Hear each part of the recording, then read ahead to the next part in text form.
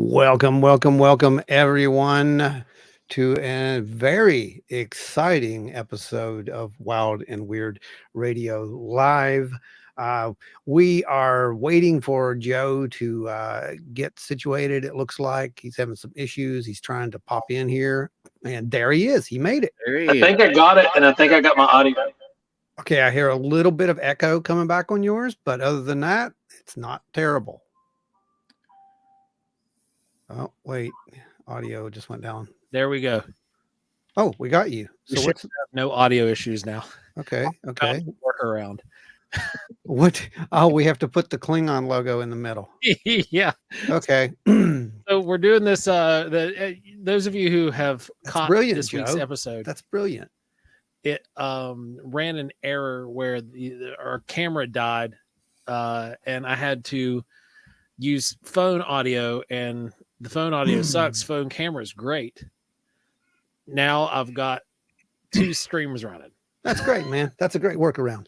So everybody has been looking forward to this for a bit, actually. I know we've been trying to get Dewey on for a while. Yeah. A while. And so we have finally managed to do it. Joe, you want to run the I guess go over and run the chat area? Yep, I'm running the chat area. We're extremely excited to have everybody here. Hellbenders assemble. We've got some folks in the room here, guys. Yes. How's everybody doing? Hellbent Hollers out there. Is right here. It is the Dooster indeed, and no less a day after his birthday. Right, exactly. So happy birthday, my friend. Well, thank you, sir. It's actually an anniversary, not a birthday. Exactly. That's what I said. That's right. You quit counting when you were 21, right? Jeez. Right. So it's my 50th anniversary. I turned in 21. Yeah, man. And that's awesome. That's just awesome. Greetings from Braxton County. Hello, Braxton County. Greetings from Raleigh County. Howdy, Mountaineer. Let's see who else we got. Get them all. Fishbelly says hello. Hello, Fishbelly. Pab's Corner's here. What's up, brother? You made it in time. Everybody, hit your little share button. Share this thing out. Let's get some people in here for Dew, and we're gonna have some great questions tonight. We're going to talk about everything from the hauntings, the Bell Witch, even to that forbidden topic that I won't speak its name, the puppy dude. Oh, the puppy dude. Is that what you called it? Puppy I dude. think you just created a new cryptid. I know that's going to be an issue. Well, it's Brandon's, so don't anybody think you know it's Brandon. You have to pay him royalty. That's hilarious. So puppy dude, yeah. Talking about puppy dude. All right. While we get some people in here, you want to go ahead and do a really quick intro there, my friend. Tell everybody who they're listening to and what's going on, Joseph. Sure thing. Well, guys, thanks for tuning in to us. This is Wild and Weird Radio Live. We are with you once again. It is Thursday, and this is our Thursday routine now. We show up, we're live. The majority of the time, I'm not here, so I'm glad that I'm actually here for this one. And it's a great time. It's this show is revolving around all of our viewers. So if you're first time joining us, then this is not a regularly scripted show like the normal Wild and Weird Radio. This is kind of a verbal free-for-all where we go wherever the rabbit holes lead, and you guys can ask questions to us, our guests, and we just have a good time in general. So again, if this is the first time you're hanging out with us and you're over on YouTube, hit that subscribe and notification bell. You won't regret it. Also, if you're watching us on Facebook Live, remember to allow Facebook to give permissions to StreamYard to be able to show us your name. Otherwise, you just show up as Facebook user like this. Hey, Facebook user. Not the puppy dude. Yes, the puppy dude. Once you get StreamYard permissions to use your name and everything, we'll be able to actually see who you are. We do our best to absolutely go through and give everybody a chance to jump on. Beth Duncan's here with us. Great to have you. And today we have our good friend, the Dooster, the Dewdrop, the man, the myth, the legend, the Bell Witch historian himself, Dewey Edwards. Glad to be here. Great. Thanks for joining us, man. We're all stoked to have you. So we've got a few things going on here. Spooky Appalachia says, don't forget to smash the like if you're watching over on Facebook's side. Like the video, and also why not just give it a share? It's not going to hurt anybody. It's free promotion for us. It's one little click from you guys that really boosts us out there a little bit farther. So, man, Dewey, you have been doing this for a long time, and I know that because of your background with Small Town Monsters and whatnot, where you've appeared with them and the Bell Witch Project, a lot of people really see you as like the go-to Bell Witch guy, but you're into a whole lot of other stuff, right? Yeah, quite a bit. Yeah, I'm kind of pushing the ghost thing off just a little bit. I'm more or less going into the paranormal, investigator, I don't really hunt ghosts. They actually find me. So, There you go. So give us a little bit of your history and tell us what all you're up to, and then we'll start running from there. Okay. I was born in Springfield, Tennessee. I still live there. Had a small family. There was my mother and father and 3 brothers and a sister, and I'm the only one left of the whole bunch, So my house was built in 1945, and the original owners are still with me in spirit. They still reside here with me. I do paranormal investigations. I teach at work. I teach safety classes, things like that. I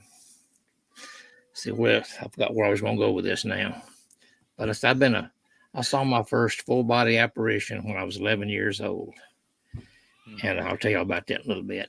But and it just kind of grew from there, So I've always been in touch with it, and I had a few medical issues back in 2005, and it bloomed from there. I mean, it was a near death experience or what it was, but I've been seeing them pretty regular since then. So I love to write. I'm a historian. I'm a member of the Robertson County Historical Society and the Simpson County, Kentucky Historical Society. And I just started writing. My first book, I've got probably 20 years in research involved in it. And it was I got a copy right here. Execution of Murder. So 100 years of murders that took place in Robertson County. We have roughly had one a year, just about one big murder trial. Several of them led to a few lynchings. It was pretty nasty around here. And then the second book I did was my Bell Witch book, and I spent a lot of research on it. And then I did several more. I also build little electronic gadgets for ghost detecting. Find a switch on it. Oh, that's cool. Now those are units that you've actually built yourself from the ground up, right? Right. This is a little theremin I built. It plays different kind of music when you. There it is. That is awesome. Wow. And That's a REM pod. little things like a little REM pod. Yeah. I'm still working on this one here. This is a little ghost detector. It's a 10 LED unit. Oh, that's nice. And I've still got some tweaking to do. Matt Keenan said that they say that Deuster in his youth once smacked the Bell Witch in her face. It's just a rumor, though. It is just a rumor. It is just a rumor. Although I did see her a few times when I was writing the book. Now this one I got to do some more tweaking on. I tuned it here in my computer room, and it's also the same room as my Wi-Fi router is set up in, so it worked fine in the room once I got it tuned, but outside the room it went crazy. So I got to do some more tweaking with that. This is the last one I built. What in the world is this that? Is a yes, no, and I don't know. I dig it. I have a yes, That's a no, nice. and a maybe. That is a nice ITC device. That's really cool. Like straight from Ghostbusters. Yeah, exactly. It's about the same. Of course, the more static was saying, I got to build some static. I'll make it work, but the lights will come on. That is awesome. Awesome. Yeah. That's Or sweet. if they don't know, they'll give you I don't know answers. You know. And so for anybody who's not familiar with what an ITC device is, what that device does that Dewey built is essentially it detects static or any or some what else, do you have that tuned for? It's actually just tuned just for static electricity. Just for Any kind static of electricity. any kind Okay. of static. Any So- fluctuation, RF will set it off. EMF will set it off. So any kind of static electricity, any kind of radio frequency, anything like that will set it off. And Right. he has these lights programmed, and when you're asking questions, you're asking them to turn on one of those lights, right? Right. That Each is one- really cool. Each one's a different color. I got I have red. Red for no, yellow, green for yes. The yellow is I don't know or I don't care. Whatever you specify you want to use it for. That is awesome. And but the I was We got the Hodag store joining us. Hello The from Hodag Hodag store? City. Hello, Hodag store. What's going on, guys? Good to have y'all in the feed. Welcome. here is the you're talking about the Seth Breedlove. Yeah. This is I can't get this camera tuned. Oh, there we go. There we go. Yep. Mark Yeah. of the Bell Witch. I'm in Mark it. the Bell Witch. Yeah. And this one is one that my good friend Zach Adams, Skydive Films, the Bell Witch Legend. Oh, I haven't seen that one. Uh-uh. This one is shown. I think I've got it on my channel. The KET TV shows it on run Halloween every year. They usually run it. It's also on YouTube. This one, I put this under lock and key last night where it wouldn't run off. I don't know if I'm gonna show it to you or not. This is one of the old Bell Witch books.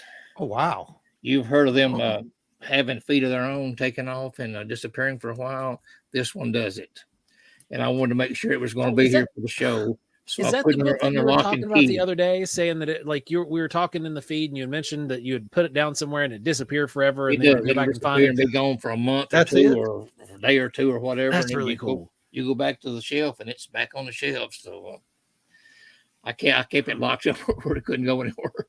That is awesome. Wow. And I also we went to LBL the other day, and I did actually find a Bigfoot. This is here. Here's a picture of. Here he is, Okay. right here.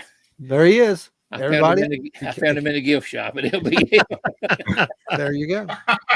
That's enough proof for me, The guys. Bendy Squatch. LBL, they have a real nice gift shop up there at the Golden Pond Center, and a great planetarium. I took the grandkids to the planetarium up there, Oh, that's cool. and it is great. It's a nice show, so That's really cool. kind of good. Plus, you found Bigfoot. So Right, you found know, Bigfoot. I Yeah, mean, you found that's- Bigfoot. You can't get any better than that. No. Anything else? So, About it. well, we know that you've been doing this for quite a while, Dewey. Right. Quite a while.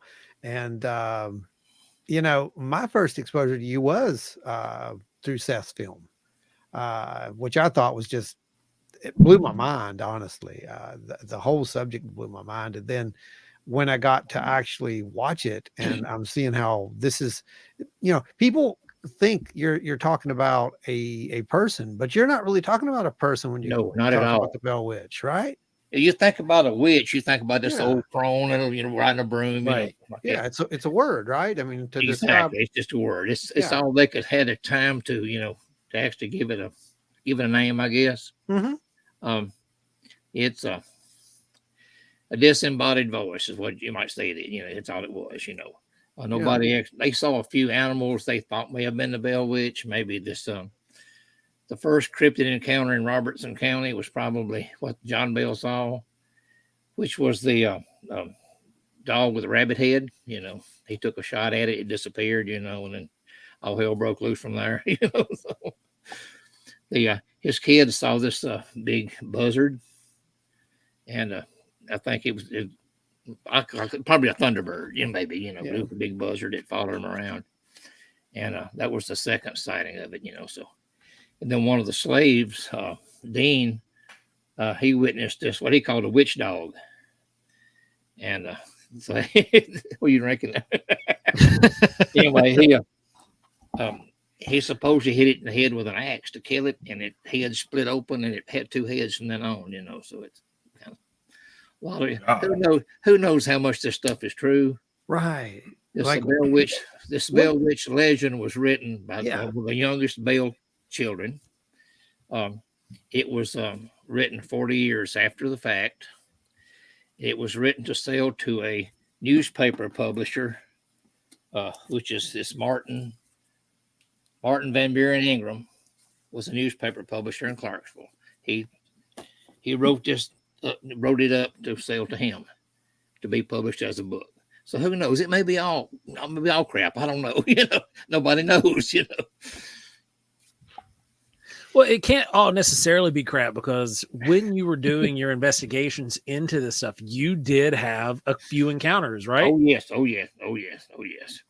Let's talking about some of those first, and then I want to get into some of what you're doing out in the LBL, Okay. because we know the folks that you run into out there. We know pretty well. Been keeping tabs on me, huh? Now, when I was writing the book, I had several encounters. I had this black cat kept running through the house, the room where I was working at. We didn't have a black cat at the time, It kept running through the house, and I'd look down and see it, and it'd be gone, and I heard these several disembodied voices, here in the house, including a little girl. I don't know who she is, but she was talking to us that day. She talked to my wife that night. My granddaughters had a couple of encounters with her, but anyway, there's a little girl in a green dress that's at the Adams City Hall, which was the old Bell School, and people see her all the time. And the story behind that one was that she got sick one day in school, and the teacher put her back in the cloakroom. They had a little cotton cloakroom, and put her back there for her to get some rest. Well, she went back to check on her later on that day, and she was dead. And the only person I know that knew this little girl's name, this actually happened, passed away a few years ago before she ever revealed her name to me. But she was in the class with her, that she remembered it happening. But one day during the Thresherman show, they have at Adams every year, we took my granddaughter through there. She was in a stroller. She was real small, and we pushed her in that room, and she went ballistic. She kept saying, no, pointing toward the closet door and said, little girl, no. So we got her back out, and she wouldn't go back in the room. And, but anyway, there's been several people seen her. And in fact, that's going to be I'm going to go do some filming up there probably in the next few weeks, go up on the steps where it happened at, and try to get a little stuff going on. Wow. And let's see, my cousin, he owned the Bell Witch Cave at the time, and I got a lot of good stories from him, things like that. I kind of had a little run-in with the present owner of the cave before he passed away, about some wanting to use his name in my book, and we had a little argument over that. So I just said, well, never mind, I won't use it. And I didn't. So I'll use most of mine as from the historical point. Well, we got a quick question here. Before we get too far and it gets buried, I want to get it out there with you. And Dewey, I want to get your opinion. It says, Beth's asking, do you all believe that if people talk about the spirit by name, it gives it more energy? I have heard that as a rumor. As far as like the the Native Americans you wouldn't mention the word Wendigo. It could be the same thing with the Bell Witch. There was Kate. I call her Kate. They supposed to have been when you were growing up, you could go to a mirror and say, supposed to turn the lights off and say, I hate the Bell Witch 3 times, and she would appear in the mirror, but I never had it happen to me because I never said I hated her. Just to be safe. I've never been inside the cave myself. I plan on going there this year, maybe. If it rains a lot, it's shut down in because a lot of water goes through it. Like I said, my cousin used to own it. He was going to give me a tour one day. When I was in the rescue squad, we actually rescued a dog off of a bluff down there that fell off the bluff, and the owner was getting tired of trying, to feeding it and trying to get water down to it. So we rappelled down and brought the dog back up. He said, I'll give you a free tour of the cave for doing that. And I said, I'm going to take a rain check. So I never did go back. But in my opinion, the cave is maybe it's haunted. I'm pretty sure it is, but it's not by the Bell Witch. It is a Native American burial ground right above the cave. It is a Okay. vortex, a portal, So Yeah. that's why I believe that when they say don't take a rock from a cave. If you go visit the cave, don't take a rock or anything out of it, because if you do and it's a portal, you take part of that portal home with you. And Okay. anything in that portal can come into your house. I got a call about 3 or 4 years ago from a girl in Florida, and she had took a rock out of the cave. And she called me. She was in a panic. She had lost everything she had, was living with her sister in a little trailer in Florida. And she was hysterical when she called me. And I finally got her hooked up with the paranormal group down in her town where she was at. And they went over and blessed the house and all this kind of stuff. And she mailed a rock back to me. Oh, Thought I didn't want it, but anyway, I took it back to the cave for her, and got it put back in it. So, but last time I talked to her, she was doing fine and everything was back to normal. But I've heard several of things that happening. Right here, Spooky Appalachia said, if I remember the story correctly, Kate said she would be back after 100 years after the visit with John Bell Jr. Did she ever really leave? I don't think she ever did. I mentioned that in my book. She came back in 7 years and made a lot of predictions. And I've got those in my book. I should have wrote those down, I guess. But she missed. You see what they said? We're propelling into the portal. This is happening. If what she predicted, she missed it by a couple of 3 years, but she predicted World War II. 3 or 4 more things that she actually predicted was going to happen that did happen, but she missed her. She was off by a couple of 3 years on her estimates, She was supposed to come back 100 years after that. Now I've got a friend that said he thinks the theory is they started tearing the John Bell house down. There was 3 chimneys on this house in a triangle shaped. And they tore off the back part of the house, which broke the triangle. And that's why he's saying he don't think she was able to come back because it destroyed, the triangle. I don't think she ever left. I don't believe she ever left. There's been too many things around Adams, too many orbs, around cemetery up above it. I have been to the John Bell cemetery. Sugars like to eat me alive. So, they were rough that day. If I was back there with Seth that day, the sugars got me bad. Oh boy! But there's a lot of things still happen around Adams. You mentioned the Bell Witch, and people they know who you're talking about. All right. So give us a little bit of what you're kind of working in right now. Like what drew your focus this direction and pulled you more away from the ghost hunting and more into just general paranormal? Right now I'm working on a new book. Name of it's going to be Eye in the Sky. It's going to be about UFOs. There's no Bigfoot. There's no, all I got now is UFOs and little green man, I did go to Kelly, Kentucky a couple of weeks ago.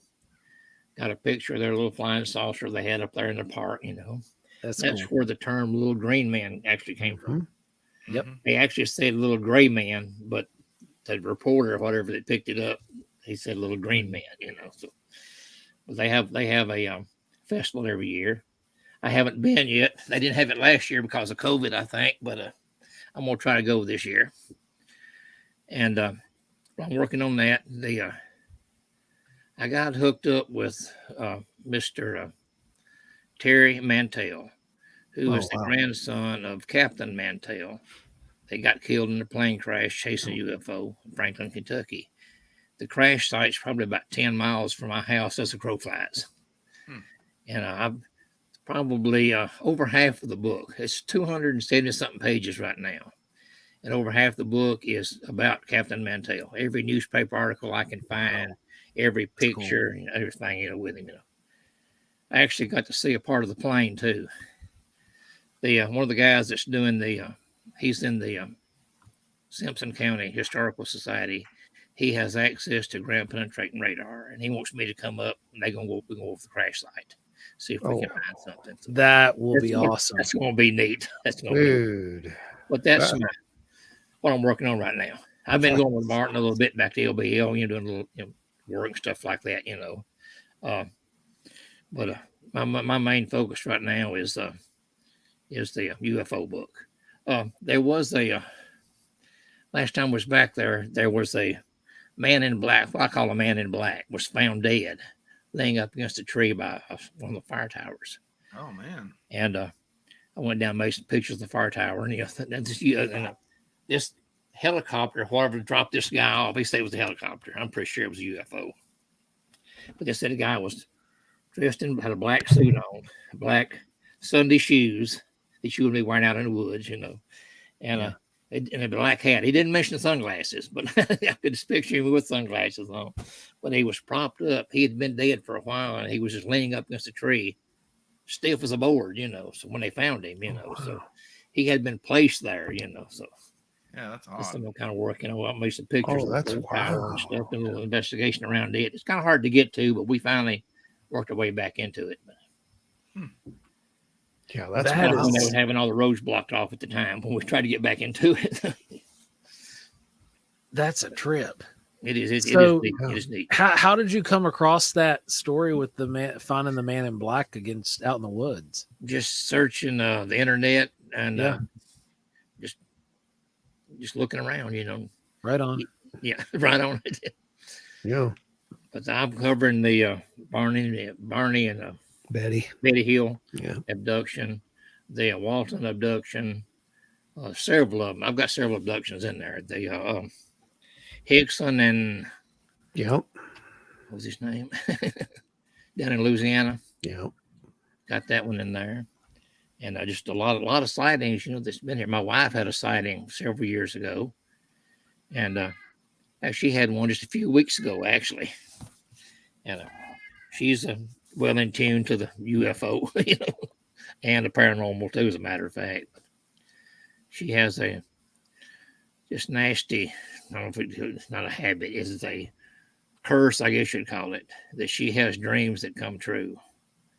And she's had some pretty bad ones, So, she's very in tune to it too. Mm-hmm.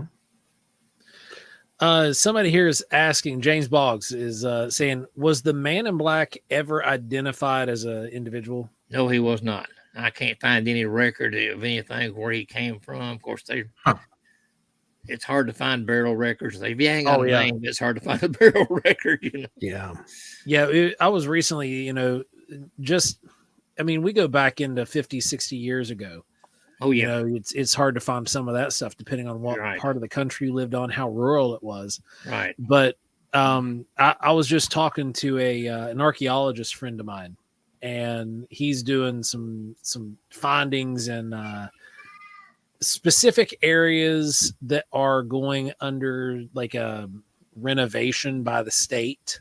Right. And it's his specific job is he goes out and he looks for old burial grounds and stuff like that. And, you sometimes the only burial record you had is there's a yucca planted. Right. Yeah. Yeah. You've got a few yuccas in a row, and that signifies there's a couple bodies. And sometimes you might get lucky and find a flat, smooth rock. Yeah. Oh, yeah. Yeah. If you're lucky. Yeah. But normally you got to look for yuccas or even some dandelions just sitting somewhere. Exactly. Not dandelions, but dandelions. Easter lilies. Lilies. Yeah, Easter lilies, buttercups.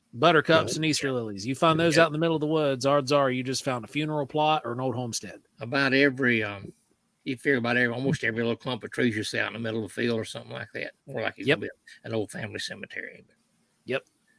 There's a reason they didn't cut them down. They kept them there and had the family there, and they didn't go over plowing and killing. Right. My grandfather, he's in a little cemetery that's only got, I think, 3, maybe 4 stones in it. I've got his stone I got to go put up before the weather gets too hot. The place is full of copperheads. It's way out in the middle of the woods. Yeah. But I've accounted for, I think, about 20 something graves that's in there, but only 3 markers are up, But they're sunk in spots wow. in the woods. And Pat's saying your old boss lady's a seer. Do what? I said Pat is saying your old boss lady's a seer. Oh yeah. And we know the old boss lady D, she's in the room with us too. She was up in the comments above. Yeah, I gotta watch what I say. Yep. He's being monitored. So Dewey, what is the strongest supporting bit of evidence you think that you've captured, as far as let's just say something? Hey, we're in good standing, guys. Huh? The boss approves. There we go. We got a pretty good show going on there. Awesome. Right. Watch about every week. We've got the guest speaker's all right. Who you gonna call? D says the guest speaker's okay. All right, go ahead, Ron. What do you think, in your opinion, what would be the best bit of evidence that you think that you have you've brought to the table as far as something paranormal? Oh, let's see. There can be more than one, obviously. Right. But... I have to think about that for a minute. It's a good question. This is a hard one for somebody who's been doing. It's like asking Ron what his favorite bit of evidence is. You guys have both been doing this for decades, literal decades. But I know my favorite evidence. Remember, we went over that. You did, because you got put on a spot in front of a camera before and had to figure it out. I had to actually choose. Dude's over there like, we're going to talk about it. Then, bam! I got to figure out what my favorite piece is. I just say, like, the one that you feel, no matter what anyone else thinks, but to you, that's the one that makes you not question it at all. When I was writing the Bell Witch book, I did a lot of research. Of course, I'm a historian. I'm a genealogist. I did all my family history, written all these Robertson County history books, things like that. I'm a great grandfather was in the war between the states, and I'm a member of the SCV on that. And but they just history. I got a big, I guess a big interest, in it. My Bell Witch book is kind of a history lesson in itself. You had a lot of things that led up to it. When the Bell family was coming across the mountains from North Carolina, they encountered the Brown Mountain Lights. That was their first, paranormal, because they didn't know what it was at the time. And then when they get over to Robertson County, then they farming and everything's going fine and everything. And then in the March of 1811, one of the slaves come running into the house and was jabbering about a light or something. And they went outside and looked, and it was the Great Comet had appeared, And they took that as an omen of bad things to happen, Yeah. So, it was December of that year, the great earthquake hit. Actually, the first one hit in December, and it had a magnitude of, they say, just by roughly guessing, about eight, which is the most powerful earthquake to ever hit the continental United States. Yeah. And it covered, in fact, it rang church bells in Boston, Massachusetts, east of Chicago, and everywhere. So anyway, that went on for a while, 8 months, I think it was. Little tremors continued on through, I think it was like maybe 1815. That same year, at 1815, we had the volcano erupt in Indonesia. And it spewed all kinds of ash into there, I think 20-something miles high. I forgot how many metric tons it actually spewed out. But there was something like 92,000 people killed by this volcano. And it put enough ash into the air that it blocked out the sun. The year 1816 was a year without a summer. Yep. We had frost in May, had snow and ice in June and July. all the crops died. All the crops were killed. They actually almost wiped out the deer population. That's all they had to eat, hunt deer. Deer couldn't get away because they were more or less just trying to run on ice and couldn't, So they wiped out the deer herd. People got greedy and sold their corn. I think it brought $10 a bushel, which was like $1 million now. Yeah, $10 a bushel back then. I mean, you got to think parcels of land were being purchased for $2 and $3. Yeah, exactly. You're selling a bushel of corn for $10. Right. And they got greedy and sold their crops and sold their, the seed corn. And then when it did straighten up, they had no corn to plant, So a lot of people starved to death. This went worldwide, so a lot of them starved to death. And then people thought the world was coming to an end, So you get their on this, everybody's going to church, this big great revivals going on, and things like that, And then what happens in 1817? Kate appears, So we got the Bell Witch, and then she rode them pretty hard there for about 4 years, and then finally ended up killing John Bell, or she took credit for killing John Bell, who knows, We got a question here from James Boggs. Yeah. What is it? Go ahead. Got a question from James Boggs. Do you believe that UFOs, ghosts, cryptids are all related? And if so, what are they? Oh, let's see here. I'm pretty sure a lot of cryptids, maybe the Bigfoot, and UFOs may be. Ghost, I don't really know about ghost yet. I'm still under the impression that a ghost is maybe a spirit that hasn't crossed over yet. It's still bound here on Earth for some unknown reason. They've got an unfulfilled mission or whatever. But yeah, I'd say I can tie in the UFOs and the cryptids because we've been hearing a lot of talk about, hearing these like portals open and things like that.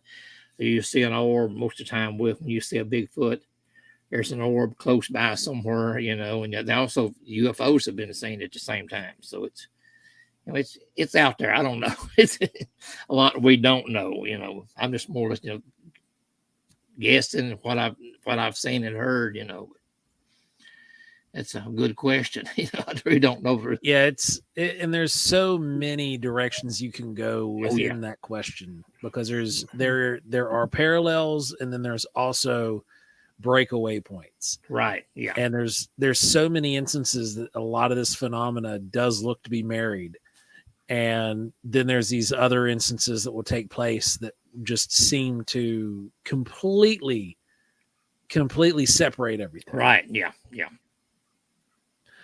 So I know you wrote a Dogman book and you contributed, right? I've contributed to a couple.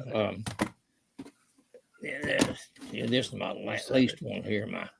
It's all good. This one. Yeah. Season of the Critters. That's the newest book. Yeah. And that one is more Dogman centric, right? Right. Dogman and Dogman and Bigfoot. Yeah. That's the one he sent me. I got permission from Mr. Matt Moneymaker. Oh, look right there. It's a his copy. Oh yeah. I got permission from Mr. Bobby Hamilton from GC, Gulf Coast Bigfoot. Yeah. To use any of their reports that you can get online. And I got permission from Mr. Matt Moneymaker to use his reports too, so good deal. This specific area, Right. But I covered most of several counties, around Middle Tennessee and southern and northern Kentucky, so I got LBLs covered in it.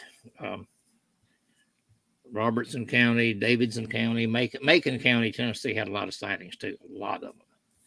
And but I just put all those in there too. We got it broke down by county. Pat says we need to start bleeping that D word stuff. You mean the dog man? Oh. So what was it that caught your attention really with Dogman? because I know like you had been into Bigfoot for a while as well, and then the Dogman phenomenon has been around for a long time. Yeah, it has. Yes, it has. But it really caught up in popularity just in about the last 5 years. Right. I was talking to a guy at work, and he said, I said something come up. He said, I believe. Somebody said, but they didn't believe in it. Didn't believe there's such a thing. He said, I believe, and he told me his story because I put it in my book. And I got to doing a little research, and all these sightings that I've been saying, it's unreal. Of course, I worked up in northern Logan County, and the sightings from there up through Lewisburg was just phenomenal. I mean, so it's got to be a hotbed somewhere along in there, So I kind of mapped them out. I thought I need to write about these. So that's what led to that. Okay. I've never seen one. Hope I never do. I don't know how it would affect me. I did go out back behind the house one day, and I was actually emptied out the cat litter box in its plastic tub, and I went down by the little creek down there. It was starting to rain, and I just hit the bottom of it, to knock the loose stuff out of it. Turned around to walk off, and I got a response tree knock out of the woods back behind my house. So I thought, oh no! So I tried it again and stood a few minutes, and got almost back to the house, and I got a response to that one. I wonder because I've spent a lot of time in the woods in my life. How often have these things seen me, but I haven't seen it? Exactly. Yeah. A lot. Yeah. I'd say a lot. Yeah. As many times we've been out in the woods doing stuff, there's only been a handful of times that I really think we were the only thing out there. At least in the general region we were at. And then, it's weird, because like you said, you whacked a cat litter box. Yeah. It's very loud. You got a response. Yeah. Got a good response. And my wife's uncle and aunt, they live out on the edge of Greenbrier, which is on Carrs Creek. We had the Carrs Creek critter there in the county. But he was telling me that he was doing some plumbing work at his father's house a while back. And he went to the house, do some work. He come back to his house to pick up some pieces of pipe or whatever, and noticed there was two cedar trees up there in the TVA right away, which they keep them pretty much mowed down, And so he didn't think much about it, and then he went back to get something else, and they had moved. And he come back by and they were gone, And right across the road from his house, it's in my book, the guy that lived there actually saw a family of 4 drinking water out of his spring there by his house. And then his uncle had, I think it was his uncle, had actually seen one. He had something getting in his corn crib, getting his corn out. And he he just latched the door, and he put something on it. I don't know if it's a combination lock or what it was, but anyway, something kept getting into his corn crib. So anyway, he went and either borrowed or bought a bulldog and put in the corn crib to protect it and see what it was.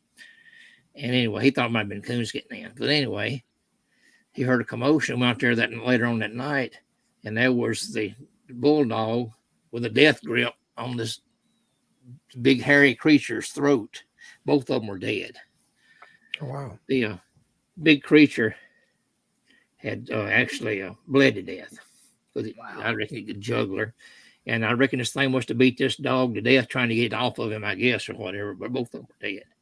He didn't know what to do. He never had seen anything like this before.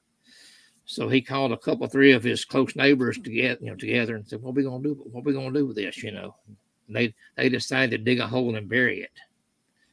So somewhere between Springfield and Coopertown, there's one buried on a farm, and I'm trying to narrow that down. But he didn't own the property; he just rented the property. So I have no idea where this property is. So, well, with it being rental property, you might be able to look in the historical records on land lease. Yeah.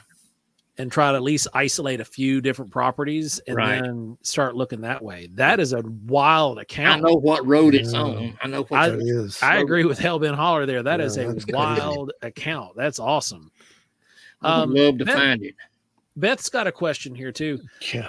She said she found some huge dog prints up the holler the other day. Have you ever saw any Dogman prints? And if so, what do they look like? The ones we found at LBL looked just like a big wolf print. Okay. They were big. They were probably 3 or 4 inches across. They were big. Oh, wow. And you can actually see the claw marks in the ends of them. So that was at Demumber's Bay, which is a very active site for the D-Man. That's right. Hellbit says, hit that like button and pay tribute to the Dewster. Yes. I Yes. don't have a like button. I can't find mine. So. Yes. Do that. Do that. Have one. Everybody out there right now, I'll like it tomorrow. How's that? hit that like button right now for Man, Dewey. that is such That's a wild amazing. account, you know, and I've heard a few other stories that are kind of similar to that, very different part of the countries though, where, you know, they'd had a dog or something that had got a hold of one of these creatures, not necessarily always a Dogman, but either like a Bigfoot or a Dogman like creature. And there's 2 mortalities in the game and they don't know what to do with it. And so they bury the body. Yeah, I mean, there's several stories of that, right? Where there's actually been a body, so to speak, but someone buries it or hides it somewhere, and then they can't find it, or they go back and it's dug up and it's gone. Like this seems to happen. What Spooky got? Spooky says, I found some huge dog prints in my woods the other day. I'm just hoping it was a stray. Me too. Yeah, me too. Yeah, So that's my theory on that is that people just didn't bury it deep enough to where their friends can't smell them and locate them if they're smart enough to do that. Teresa's here. Now, Dewey, you and Teresa could sit down at a table and not leave for probably 10 hours just talking about history and the history of like just weird in your specific areas. Just you guys would be fun to just sit, and I would pay to sit and have dinner and listen to the conversation. Oh yeah. It would be phenomenal. So, you make that happen one day. Right. So James Bogg says, ever seen a big dog track with 3 toes? They're being seen here in Braxton County, West Virginia. I've never seen a 3-toed track. Well, we did find one. It looked like looks like a big, almost like a big chicken track. It didn't have the pads like a dog would have had. That's right, Joe. Now, Stan, you know Stan Gordon? Mm-mm. Okay, I'm going to have to... Not my name. Man, I'll send you pictures of it. Stan Gordon has a wild 3-toed track cast that was captured up in the Chestnut Ridge area in Pennsylvania.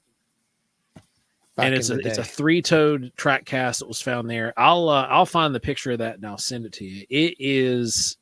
It's weird, and I'm curious to see if it looked like yours. What does Stan think it is? Let's see if I can find it. Stan thinks it's whatever it was coming out of the UFOs during those UFO Bigfoot extra flight. Dimensional. Something taking different forms basically, because the tracks would actually morph. They'd change. From as they. Oh yeah, I remember that story now. Yeah, it's an amazing story. You can see, find my camera there. I won't show up. There's one. Okay, there it is. There it is. Yeah, there you go, Beth. That. Can you see it, Beth?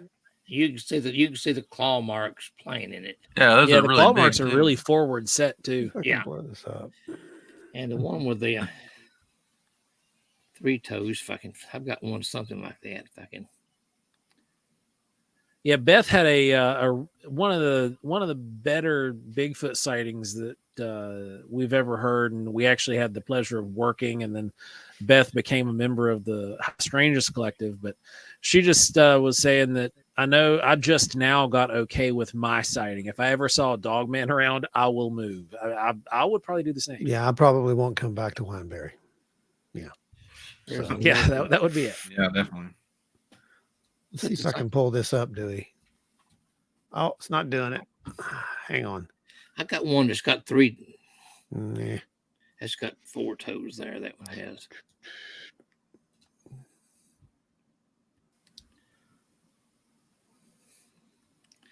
That was a weird one there. There you go. Man, Oh, that's wow. that's deep. Wow, that's deep. Looks like a rock fell from space that just happens to be shaped like a footprint. Right? That thing is deep. Yeah. This one there has some very distinct. Oh, wow. Look at that, Joe. Oh, look at those toes toes. with it. Look at those toes. Huh. That I like that one. Wow. I like that one a lot. Yeah, I like that a lot. How big was that one, Dewey? That one was probably, trying to remember. That's probably about 14 inches long, wide. Okay. Long, Okay. yeah. Yep. That's a big boy. I should have made. Yeah. I thought I made one of them. Yeah. I put beside it, but That's amazing. that's got like a 6-inch knife beside that one. See Oh, that? yeah. Yeah, I can see that. Look I've at that. started to carry. Oh wow, yeah. Heck on, that's a I big bought one. my wife out of one of her cloth measuring tapes that she Wow. she's a seamstress, and I got it rolled up in my backpack. So I now have a measuring device. That's awesome. Dewey, Yes, sir. what got you into this? I just have to ask. I mean, we all have our origin stories. I want to hear Dewey's origin story, and I know Yeah. everybody else does. Well, let's see. I grew up, as far as the paranormal part, the ghost hunting part. Of course, my father was a Baptist minister, and I've heard him say many times that there could be no such thing as a ghost because the Bible says they can't exist because there's a great gulf fixed and all this kind of stuff. But the things I had seen and heard, and he would get off the side and tell me, yeah, when I was a kid, we seen old man Ben Baggett walking up the road. He'd been dead for 100 years or whatever, big long beard, and things like that, He actually took me to the places where he had seen this stuff at too, And so I just got interested, in that way, just been in my family all these years, I had an uncle that was killed on a tractor. Tractor turned over with him in 1959. Oh, And wow. the next week, and Mama had put his clothes and everything up in the closet in the house. He had an old hat, kind of, well, not a cowboy hat, but just plain old felt hat that he wore all the time. So anyway, next year, my cousins had come over to the house to help with the tobacco crop. Get the tobacco crop in. And it was hot that day. And one of my cousins showed up and didn't have a hat. The sun was, real beat down on his head. So Mama says, run up to the house, look in the closet, and get Uncle John's hat out.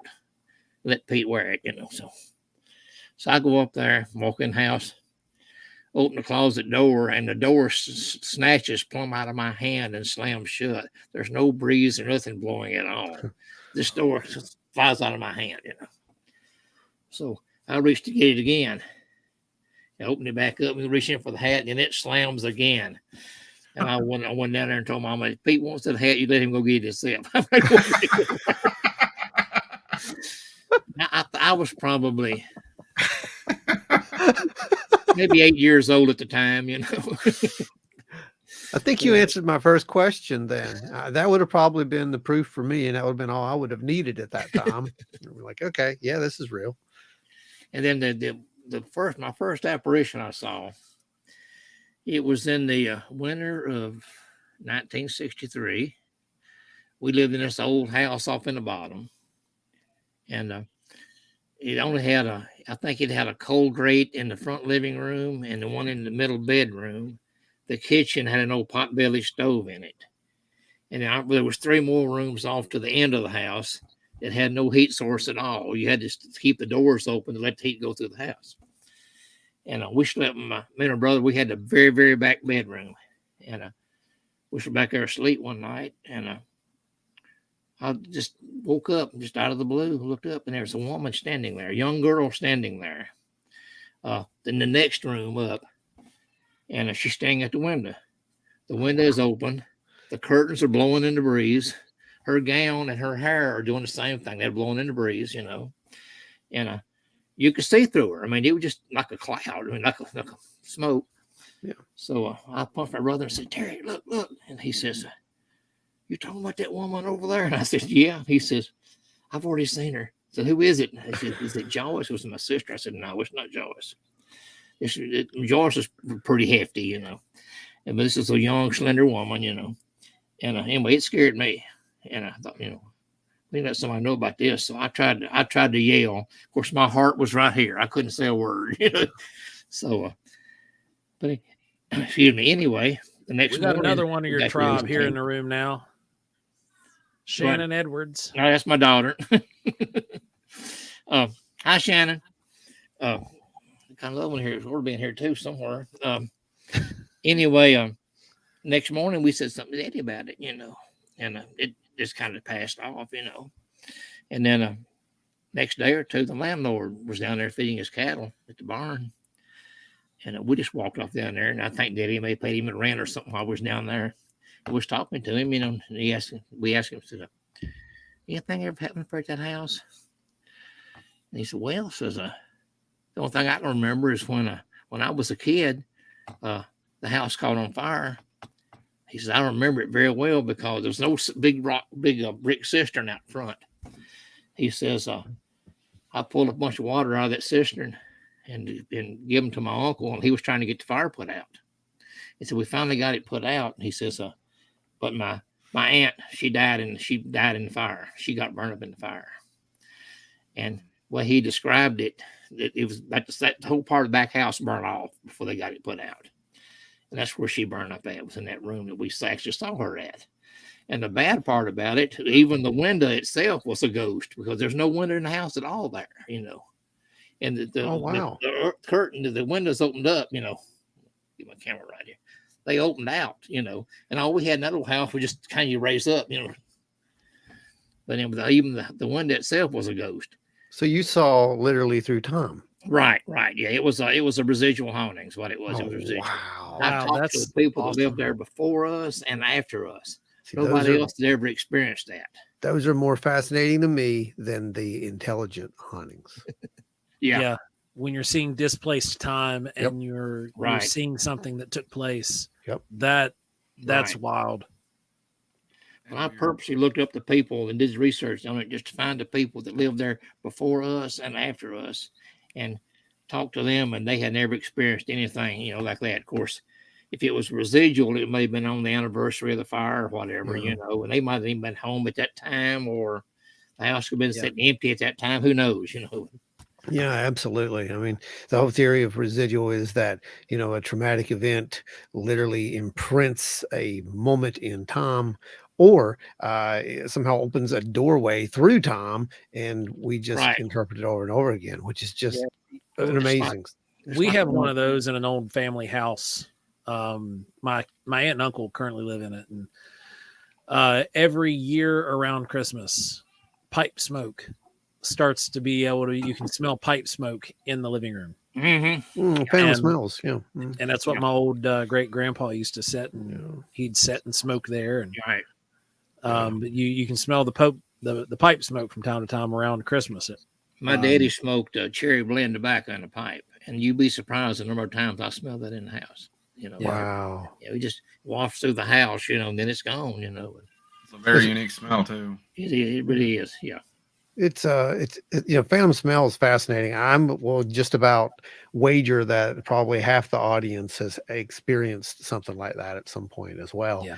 And once you question it, but sometimes it's just like it just triggers the memory so fast, like you just said. And there's no real way to explain that kind of stuff sometimes. It's not just you. Sometimes another person will smell it as well. So it's really something there. And the weird part is they still see, like the residents, what it was to them at the time. Yeah. In my house now, where we see this lady walking through the house she comes out of our bathroom, which was originally the kitchen on the old house. Yeah. They remodeled the house completely, tore walls out and remodeled the whole thing. But I talked to the girl that lived there when she was a child, and she said where our bathroom was the kitchen. There's a pantry across the hall, and another room, above the bedroom, was her parents' bedroom. Her bedroom was in front of the house. When we see this lady walking through the house, she comes out of our bathroom across the hallway into the pantry, which the pantry wasn't there at the time. So she's going from the kitchen into her bedroom, So wow. It's pretty wild. We stay here pretty regular. Dewey, have you ever looked at some of these past these past so-called hauntings, or whatever they are, the temporal, distortions. Right. And have you ever looked back at some of those people? Did they ever record seeing anything themselves? I'm just wondering if it's possible that they ever, you see them, maybe they see you, appearing there in their time as the ghost as well. It's just something to think about. Have you ever heard any cases like that? I'll tell you about the little voice with the little girl we heard the voice on. I was sitting here where I'm sitting right now at my computer desk. And my wife, she was in the other room. We had never relocated her computer into the computer room at the time. She was in the other room. But anyway, I heard this little girl's voice say, "Mama," and it come from the direction where my garage is now.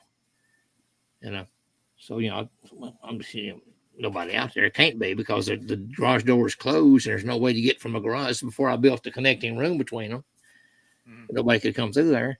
So I just passed it off, and a few minutes it says, "Mama," that tone of voice, desperation, and for some reason I just said, "What?" Like that, and never did get a response. So I go back in and talk to my wife. I said, "Did you say anything?" She said, "No."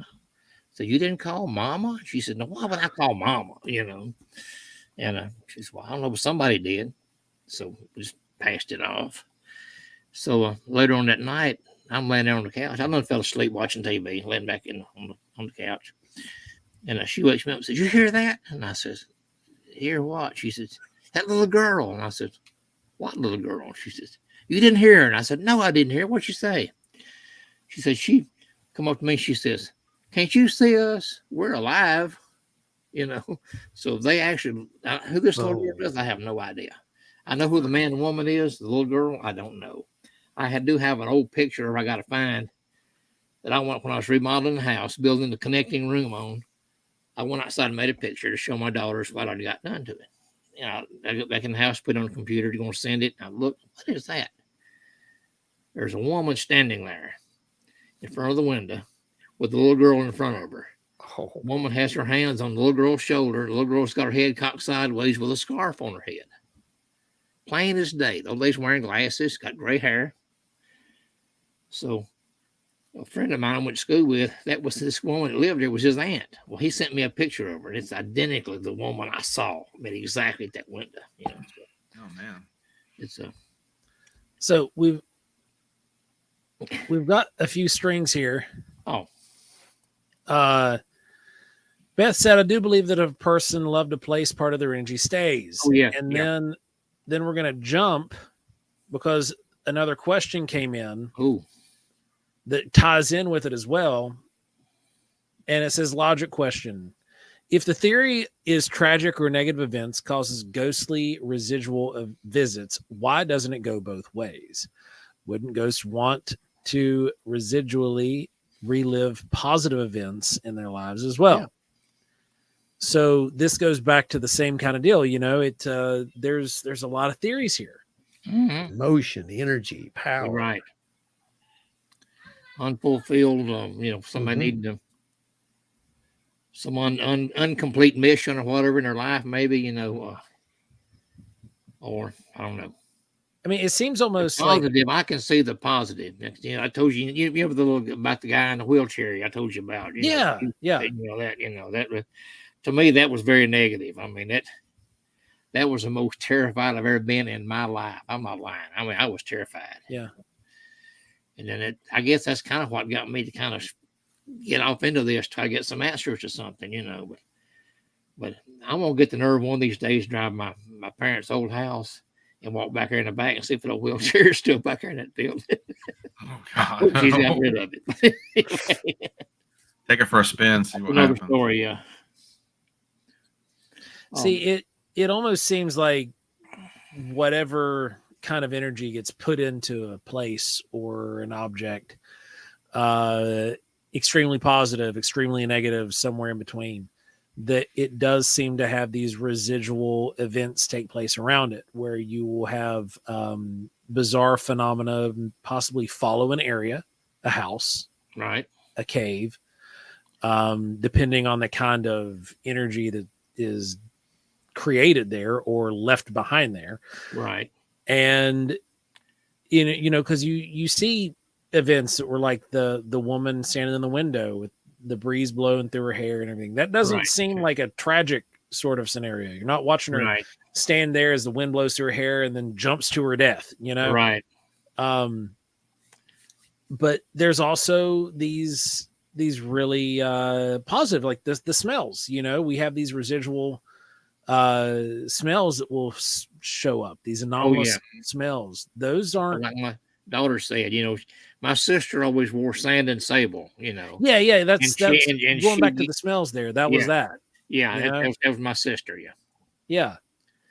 And then Spooky said that my mom smells my great grandmother's perfume, and that then happens here with my grandfather's cologne. You have that kind of thing where there seems to be a peace lingering around. Yep. That's not a negative kind of thing. Like smelling somebody that you're familiar with, it brings a feeling not of fear, but of more of a comfort kind of thing. Right. Yeah. And so that does kind of seem like there is some sort of phenomena where you've got both going on, good and bad. Right. So are we experiencing time where we're having time laid and folded back in on itself, and we're experiencing another version of time, or maybe even another reality, so to speak, that would be laying on top of ours? And the commonalities are what we're smelling, the overlapping familiars, so to speak. Mm-hmm. We're experiencing those. Could be. The time dimensions are so close. You just take yesterday is a nanosecond behind. The future is a nanosecond ahead. I mean, it's that they're close. So it's very possible that could be overlapping.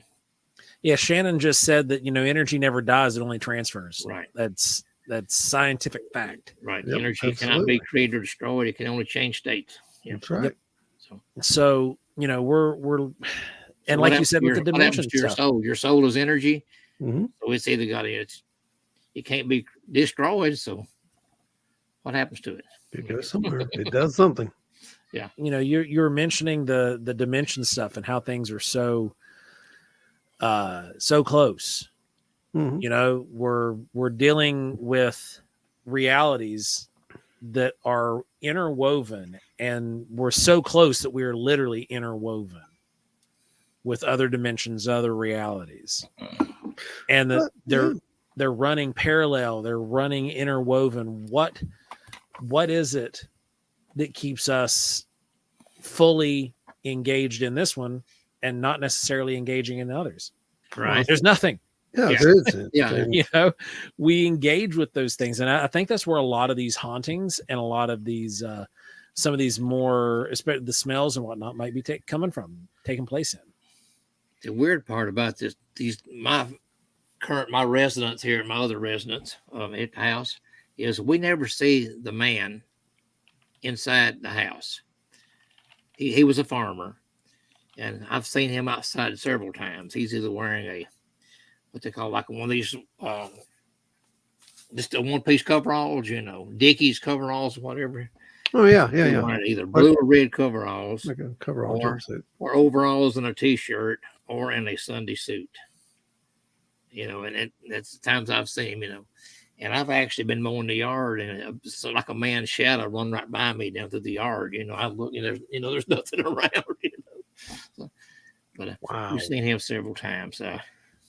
And Dee mentions here that your stroke is one time that I know his daddy was at the house to see about Dew. A big giant orb and then a shadow on the wall. Oh wow. Yeah, I had a stroke April 30th, 2005. And like to not made it. Wow. I think it was my life-changing deal there. I got more in tune as far as, with this stuff, But I was laying on the couch and then back in the recliner actually. And this shadow, I didn't see my wife seen the orb. I didn't see it. She said the orb came out of the kitchen, down the hallway and into the bedroom where I was at, But I was laying there on the sofa, and This shadow come in by the front door, went right down the side wall, down the other corner wall, and it stood there. It just stopped and just stood there. The shadow did. And it had the shape of my daddy. I mean, just 100%, just like he was there and you put a light in front of him and just projected a shadow on the wall. It was his shape, and he just stayed there probably 15, 20 minutes or longer, and it just dissipated and gone, but Wow. I'm pretty sure he was checking on me, so. That's deep. That is a deep one. Yeah. We've got Steve over here asking, how do either of these play into memory, referencing what we were talking about last? That's a good question. I'm sure memory and recall could have a lot to do with that with individuals. I know me personally, the tobacco smoke that we were smelling in my great grandparents' house, I was never around for because I wasn't alive yet. Right. So that's that. And I've smelled it like every year around Christmas, even though there hasn't been a real Christmas tree in that house for 30 years. You can smell a real pine tree and you'll smell that tobacco smoke. Oh yeah. And it's weird. And for me, the pine tree, I would remember a pine tree because I remember being really, really little, right. My great grandmother's and there being a pine tree. So that could be my memory, but the tobacco smoke, right. I've smelled it myself and I never knew my grandpa. I never knew. Right.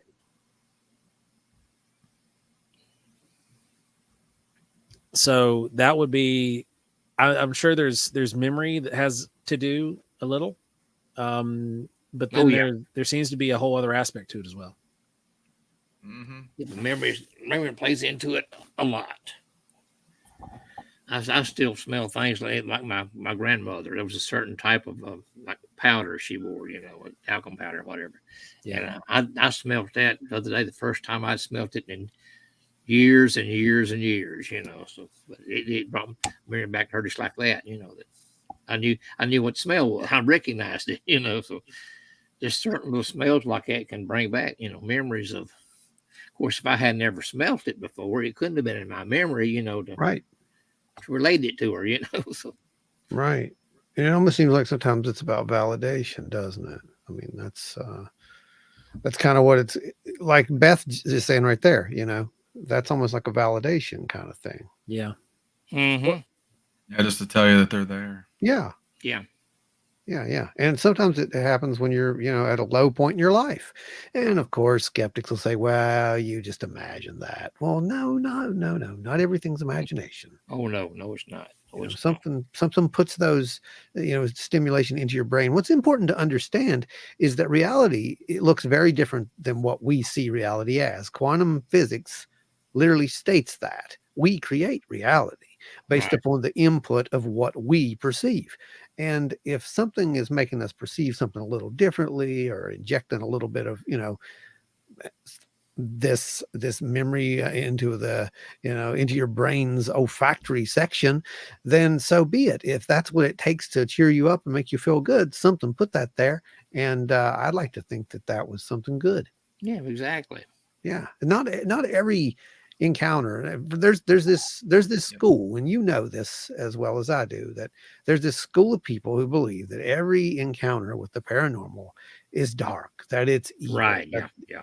No, it's not. No, it's not. It's not. It's misunderstood. Yes, absolutely. The only darkness about it is the shadow that covers it from us understanding it. That's literally it. Now, there's bad things too, don't get me wrong, but they're not all bad, is what right. I mean. Yeah, I was looking for him. I mentioned my grandmother. I was looking for her grave. Of course, we didn't have much money back when she passed away. She passed away in 1956, and she was buried in a little cemetery out in Orange Chapel, and she never had a stone put up. Well, she had the little metal funeral home marker there for a long time till it rotted away. But I wanted to find her grave and put a marker on it. So I'd done the research on it. I knew she was buried in a concrete vault. I knew pretty close to where she was buried at. And what I didn't actually realize was they had cleaned out the fence line at the cemetery and added 2 more rows of graves. So her being in the first row now, she's going to end up being in the third row. But anyway, I took an old CB antenna and made me a grave probe out of it. And I got to probing around where I thought it was at. And in fact, my aunt has sent me a picture of Daddy kneeling there at the grave, and the dirt and the flowers were still there, so it was a fresh, and you could kind of zoom in with a magnifying glass and make out the names of a couple of 3 stones back behind her, so we kind of triangulate that point, and finally got narrowed down where we thought it was at. So we anyway, I wanted to verify it, so I took it over. Sure enough, I probed down in it, and I found all 4 corners of her concrete vault. You talking about a weird feeling when that thing hit that vault? Oh, it just sent cold chills up my back, But the only bad part was there was already a grave marker on that grave, and it wasn't my granny's marker.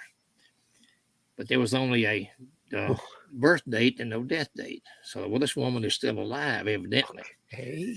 So I recognized the last name, called one of my friends up.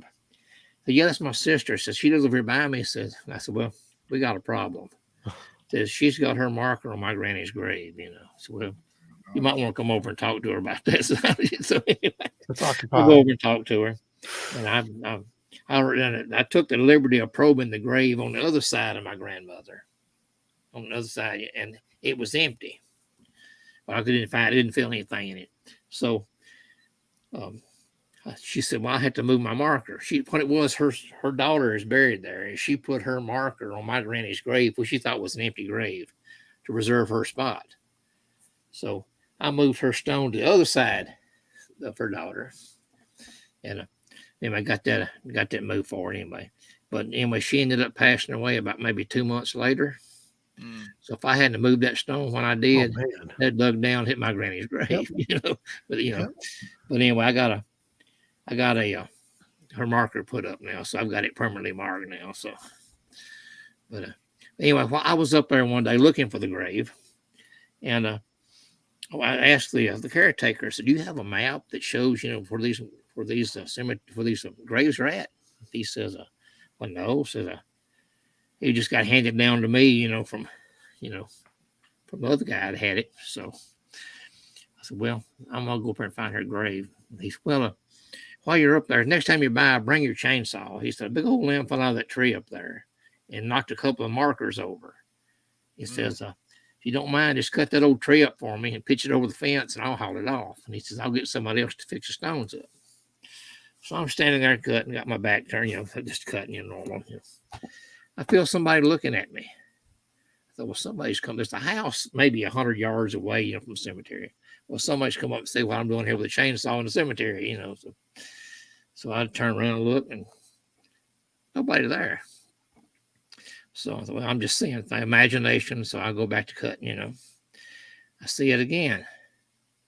So I just could turn around real quick, nothing there. So I went back to cutting. I'm getting kind of a little bit unnerved a little bit, So I'm starting to cut again, and it shows up behind me again. And I'm making these mental notes. Little girl, 12, 14 years old, blue dress, long dark hair, black shoes, white socks, blue dress, Thought, I'm not imagining all this, So I spin around and look, nothing. I turn the chainsaw off, put it back in the truck, and go home. Oh, wow. So anyway, I went by there. I was probably a week or two later. I went by there, and I walked up the grave. She got a pretty nice marker up there. And sure enough, there's a little girl there before the tombstone where I saw her at. Her name was Susan Owens. I think she was 12 years old. She was buried there, They just, it was kind of unnerving, I wasn't expecting to see anything in the cemetery, and I've been up there a million times, and sometimes I never seen anything there. But theoretically, wow.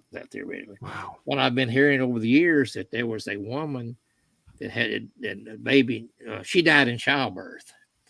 And for some reason, they buried the baby in one cemetery and her in the other. For who knows what reason. But she would go back and forth over there from another cemetery and take her baby back to where she was at. And she'd been seen several times doing that. In fact, there were some people that wouldn't even travel the road at night because they'd seen her several times, But maybe the baby wasn't baptized or something, so they had it buried in a different cemetery. I know they used to do that back in the old days. They would take the unbaptized people and put them somewhere else. Yeah. Pat was referencing back older comments back here saying smoke permeates everything. Are we sure that's not always there and you just notice it sometimes? I mean, maybe. Sheldon Goff is saying, my parents' house, we moved there in 86. The house was built in the 20s. From Thanksgiving until New Year's, if you were upstairs, you would sound like a family dinner was going on in the dining room. What? Yeah, it was never really super loud. Then what? Then we got the legendary Martin Groves. Martin Groves is here? When did he sneak in? He snuck in here just a little bit ago. And then I noticed him and I plugged his book. Brandon. That's when you did that. I was like, why is he holding up? Brandon done that. He's holding puppy dude up. I'm like, Sheldon said it sounded like several people eating, knives and forks, quietly scraping plates, murmured conversations. As soon as you got to the last step coming downstairs, it would quit. Oh wow. Yeah. Then Shannon says, tell us about the wart race monsters. We're gonna have to get in that in just a minute. That sounds curious.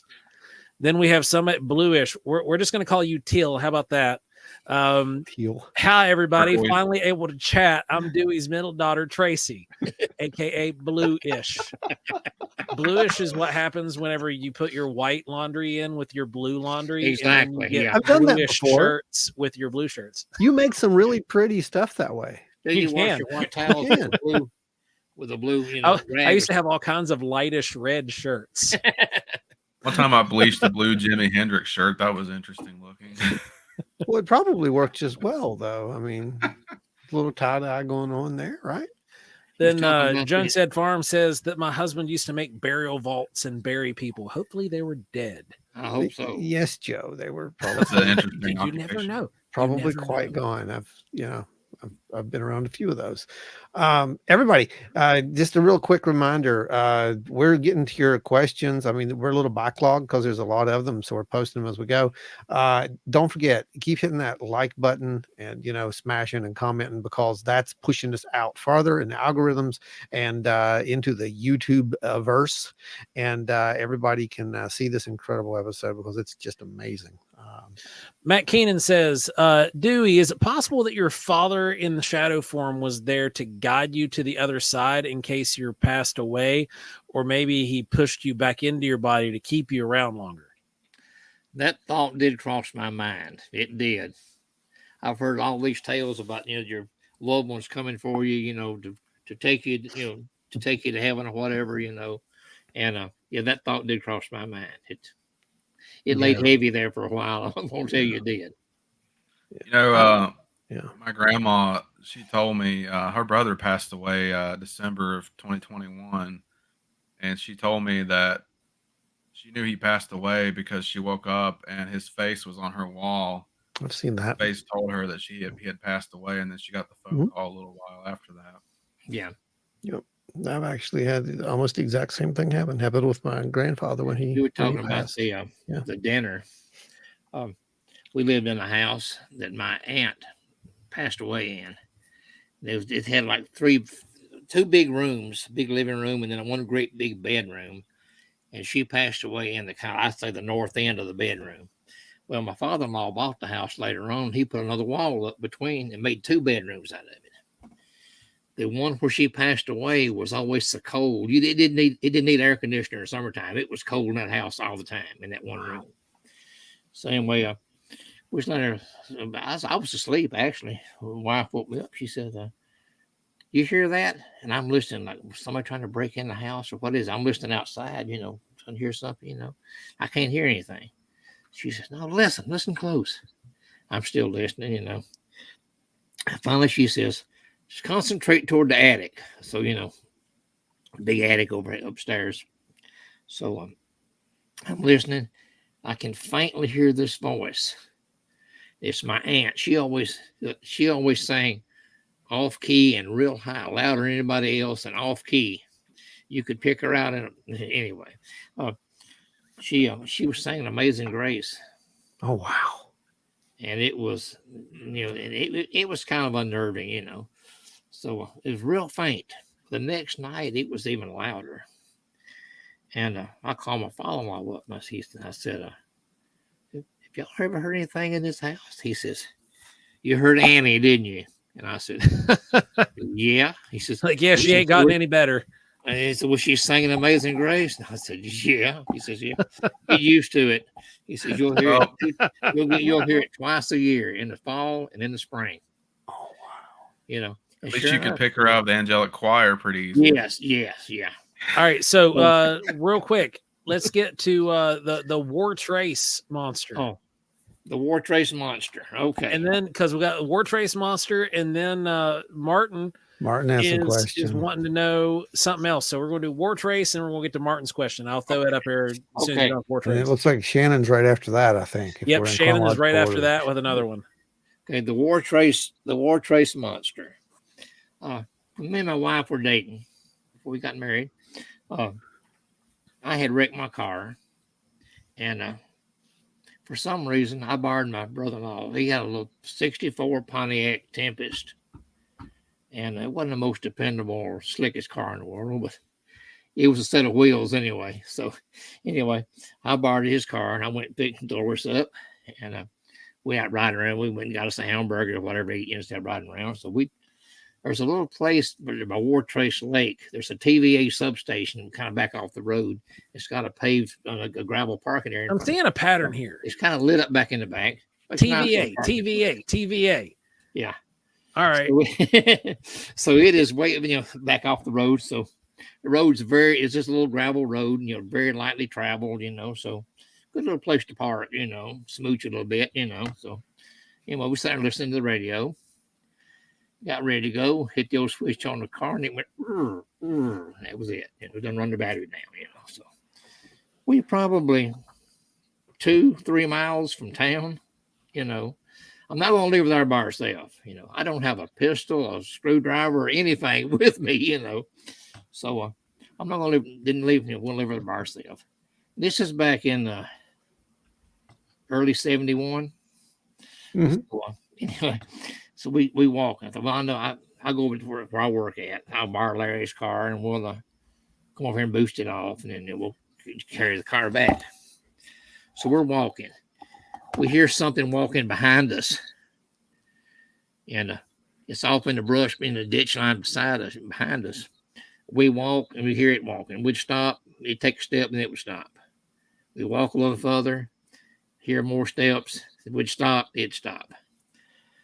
Kind of almost to Springfield. Well, we're walking a little faster and a little faster. There's not even a moon out that night. It's dark. You can't see your hand in front of your face hardly. And barely, we just couldn't barely stay on the road. So anyway, we get closer to town. There's a dog food plant over there, and there's always a big pack of dogs there by it. Well, the dogs heard us coming. They got to barking. Well, I picked up a couple of sticks, where I have, kind of defend us from them. But anyway, it never even come past the dogs. Whatever it was, it stayed back on the other side where the dogs were. But I made it back to pick up Larry, to borrow Larry's car, to go to boost that one off, and then we took them back home. But that was kind of unnerving. I decided then, nothing going out without a pistol or something like that. Now I have something with me, Yeah. Yeah, that was the tale of the war. And I talked to some guy about it later, and they called it the Springfield, not critter. I'm trying to think what they called it. They had a name for it, but it's a lot of people had heard something back in that section of town. Oh wow! So Martin Grove says, can Dewey explain or speak about some of the sightings of the wolf or Dogman creatures being seen in the Bell Witch Farm area? Oh, that's interesting. I haven't experienced those yet. That's on my list of things to do. In fact, I'm hoping Joe and Jesse is going to be able to help me do some research on that. There you go. It'll Get done. That's for sure. I do have. It'll get done right. Yeah, I do have permission. I can get permission to go into the John Bell Cemetery, which is on the back side of the cave. It's close enough. It's owned by a private trust, but I have connections with that, so I can get that done. I also have a cousin that lives in the house where Kate Batts actually lived, the same property. They own it, so I can get permission to go on it and look around some too. You know, so Oh man, we tried to get them to catch them at home to fly a drone over their property when Seth was down there that day. You know, and they weren't home; they were out of town that day, so I didn't want to. I didn't bother them after that. So yeah, that's on the list of things to do. It's awesome. Shannon mentioned something, but then both your kids chimed in, and there seems to be something called Fred. What? Oh, Fred. Let's hear about Fred. Okay, we lived in a, I guess you call it just a salt box type house on top of the hill. Something happened up there. I don't know what. And I ask everybody, did somebody die up here or something? And there's the feeling you get up there, plus the things we had seen. But anyway, we kept seeing this something moving outside. And most of the time it was a boy in blue jeans with a t-shirt on or walk by the windows. I'd be sitting in a recliner watching toward television. And see something move on, the corner of your eye, but past the window, Well, I got tired of seeing it. I put mini blinds up, kept them closed, just to keep them seeing what was out there. That's no lie. Well, then it kept moving under the front of the house. I put mini blinds on the front of the house, And I kept hearing these little voices and things like that, And I was sitting there talking to Dolores one day about it, And what was going on with the house, And they then a little voice spoke up behind me and says, "Are you talking about Fred?" And I said, "Fred?" He said, "Yeah." I said, "He talks to us all the time." So he comes up and talks to us all the time. Says, "We call him Fred." So whatever it was, when I ran into him one time, seen him face to face for a split second.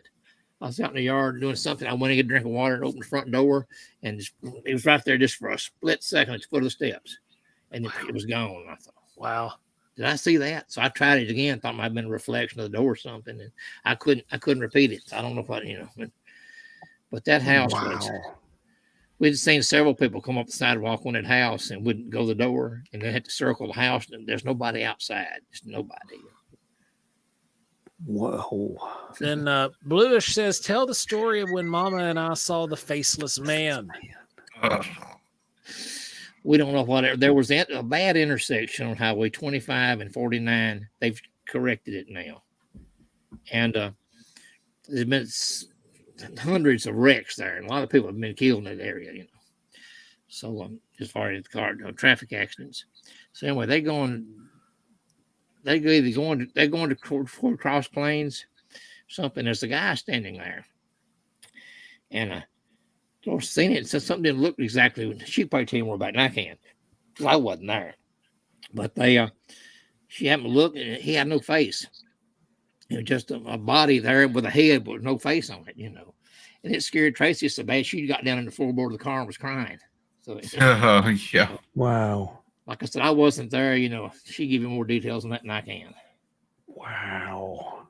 But that place was The other one there about the TV and Little House on the Prairie. Yeah, TV and Little House on the Prairie. We had it was probably maybe a 48-inch or maybe even bigger, maybe a 50. I think it's 50-inch rear projection RCA TV. They weigh like 1,000 pounds. Yes. Yep. They were monsters. We had to fold it up and get it in and out of the house. So anyway, it was sitting there, in the same blue house, and every day at 6 o'clock, it would change channels. The Little House on the Prairie. No matter what channel you were watching, it would change channels and watch Little House on the Prairie. Well, we change it back, and it'd stay for just a few seconds, and go right back to Little House on the Prairie again. So then you change it back, and you go back. It would go back to Little House on the Prairie. The third time you changed it, the TV would turn off. It's like saying, "Get mad at you. Watch it. You're not going to." But I tried to debunk that the best I could. I went Oh my gosh. to see if anything was going on at 6 o'clock every day. in a garage door opener, anything like that. I took the batteries out of the remote, It had to be a push button on the front of the TV to change it, like a remote, Those push button TVs, there were a series of hauntings back in the day when those push button TVs were the only thing out there. And, people would mention the TV coming on. I'm sure you guys remember, everybody, maybe Brandon might not, but everybody in the room here will remember the TVs that had the push button, but the push button was also the volume knob. Oh yeah. Oh, There was one of those in my grandmother's house, and it would fire occasionally, and it would go to a channel that the TV was not left on, because she was normally watching the Sci-Fi channel, which explains a lot. But it would come on, and it would be like, on a random news channel. So that was those TVs roll weird, and a lot of that analog electronic stuff, the phenomena that took place around some of those when you'd have hauntings or you're doing tests, those analog pieces of equipment, when those fire off, those are more intriguing to me than a lot of this brand new digital stuff. Yeah, this digital stuff, anything can almost turn them on and off. They're super sensitive. My TV now at the house, we'll turn it off sometimes and go to the bed and lay down, and it'll pop back on, As a matter of fact, one time I was going to town, both going to town, and we had the TV, which was separate remote. We had the satellite system, which was remote, and a sound system. All had a separate remote on them. Turn them all off, walk toward the door, bang, they all pop back on at the same time. I thought, kind of odd, so I turn them off again, They pop back on again. So I said, I tell you what, y'all just watch TV if you want to, and when you get through, just turn it off, So if we come back, they will turn off. It's make yourself at home. So exactly, Close the door when you leave. I live here, y'all live here, It's all good. Don't bother me, I won't bother you, Yeah. Make sure to sit them out a bowl of biscuits and gravy in the morning. Exactly. Yeah, right. Exactly. Now, Martin's got a good point here. We plugged it a little bit earlier. We're going to plug it again. Do not forget, Season of the Critters is Dewey's new book. It's out. It's available now.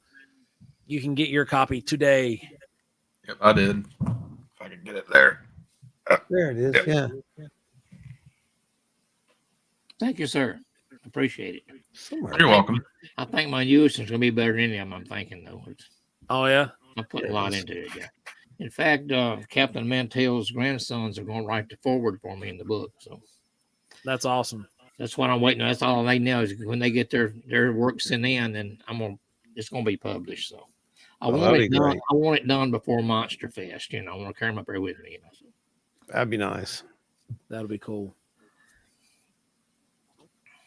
So anybody else have any questions for Dewey? I'm sure they do. I know we had a backlog. It was a little bit to get through there, but yeah, I think we sped through that pretty good. Yeah. Wasn't bad. I'll throw one at you. So Dewey, do you have any like family stories that have been passed down paranormal related? I lost my train of thought. I had one on my mind I was going to tell. Oh, whoops. And anyway, I got off on another subject, and it, you know how that goes. Another rabbit hole. All too well. All too well. Let's see.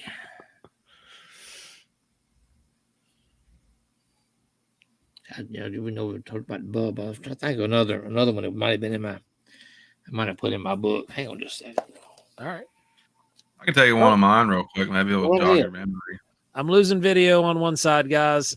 What happened? Was it my me? phone's dying, so I'm gonna go straight to audio. Oh. Oh, I know what I hadn't told about. The infamous Cars Creek critter. Oh, we lost him. Yeah, I'm still here. He's here. He's a now. ghost. I'm just a disembodied voice. I'm gonna make him a float. Hang on now. No. In about 1966, we had a scare going around the county. called the Cars. They give it the name Cars Creek Critter. A lot of people saw it, but everybody described it totally different. Some said it was a bear. Some called it a hyena. Some called it a bobcat. I mean, everybody saw it, but everybody had a different description of this thing, And it come out it was an article in the paper about it. I think Channel 5 come out and was going to fly a helicopter over and try to find it and all this kind of stuff. But anyway, I talked to the guy about it, and he said, if you want to know about the Cars Creek Critter, come see me. And he swore me to secrecy, not to mention his name. And but anyway, it was Fred, wasn't it? Yeah, him and his friend supposedly made this up. They had a big blackberry patch on the farm, and they were selling blackberries. Well, somebody found out where the blackberries were at and come out there and was picking them on their own. Oh. And they were trampling the bushes down, driving the cars back through the fields, tearing fences down, things like that. So, so they come up with the idea of this, what they call the monster. And they even went as far as to found this old dog. It was dead on it, hit by a car on the road, and drug it down the creek and throw it over a tree limb, up high in a tree limb. They even made them some like Bigfoot feet to go on their shoes to walk around with, make new big tracks and all that kind of stuff. But anyway, nice. It was going good. It worked. It did the purpose for a while, and then everybody got to research and got to trying to find it. The fire department got involved, the sheriff's department, and but anyway, his daddy called him off the side when he said, "Son, says I know you're behind this." He says you need to stop it before you get shot, and so he said, "Well, I'm not going to do it until it gets worse." So anyway, so that night he went out. They got up on this hill, looked off, and there was all these flashlights and people out in the field looking for this thing. They're doing a foot search, and he says he'd give out one more scream. He says all of a sudden a spotlight shined on toward him, and 3 bullets rang out. Hit the tree right beside him. So he dropped down, and when the spotlight got off of him, he went back to the house and declared then that was the last performance of the Cars Creek Critter. I've heard other tales that there was actually something there before that, but that was his story, and I got no reason to doubt him. He lived on the farm and everything, and he's a good friend of mine, but wow. There's all kind of stuff going on. That is pretty crazy. Now the one that Martin's talking about, the little girl, Indian girl beside the creek. Yeah. Me and Lily used to, when she was little, we used to do a lot of fishing and walking around and down to the pond and stuff. And I picked up a rock one day up at the creek and skipped up at the pond and skipped it. And it amazed her as to how it bounced across the water, She wanted to know how I did it. So I couldn't find any more good flat rocks up there, to skip. Just regular field rocks. So I said, tell her, let's go to the house. And I'll get some flat rocks out of the creek, and we'll skip them down to the little creek. It's just a little dry. It's just more or less like a little wet weather thing. It's dry and it's just rained quite a bit. So there was a good little puddle of water down there. So I piled up a bunch of little rocks. Got Lily out there. And she wanted how to hold a rock to skip it. So we finally got all the rocks done. I went and picked some more of them up. Went back through some more of them. She kind of got the hang of it. So we done that. All the rocks was gone. So we turned back toward the house, and something splashes in the water back behind us. And the first thing I thought was a snake or something falling off a tree limb, So I looked, and there was a ripple across the top of the water.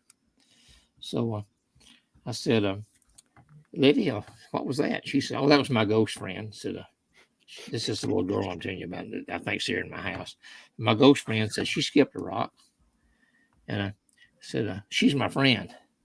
But then she pointed across the creek and said, that one over there, she's not my friend. She's mean.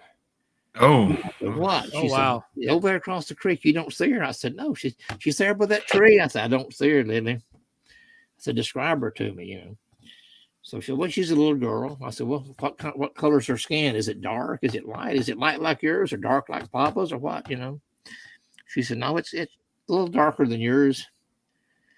And I said, well, what color eyes she got? She said, well, they're black.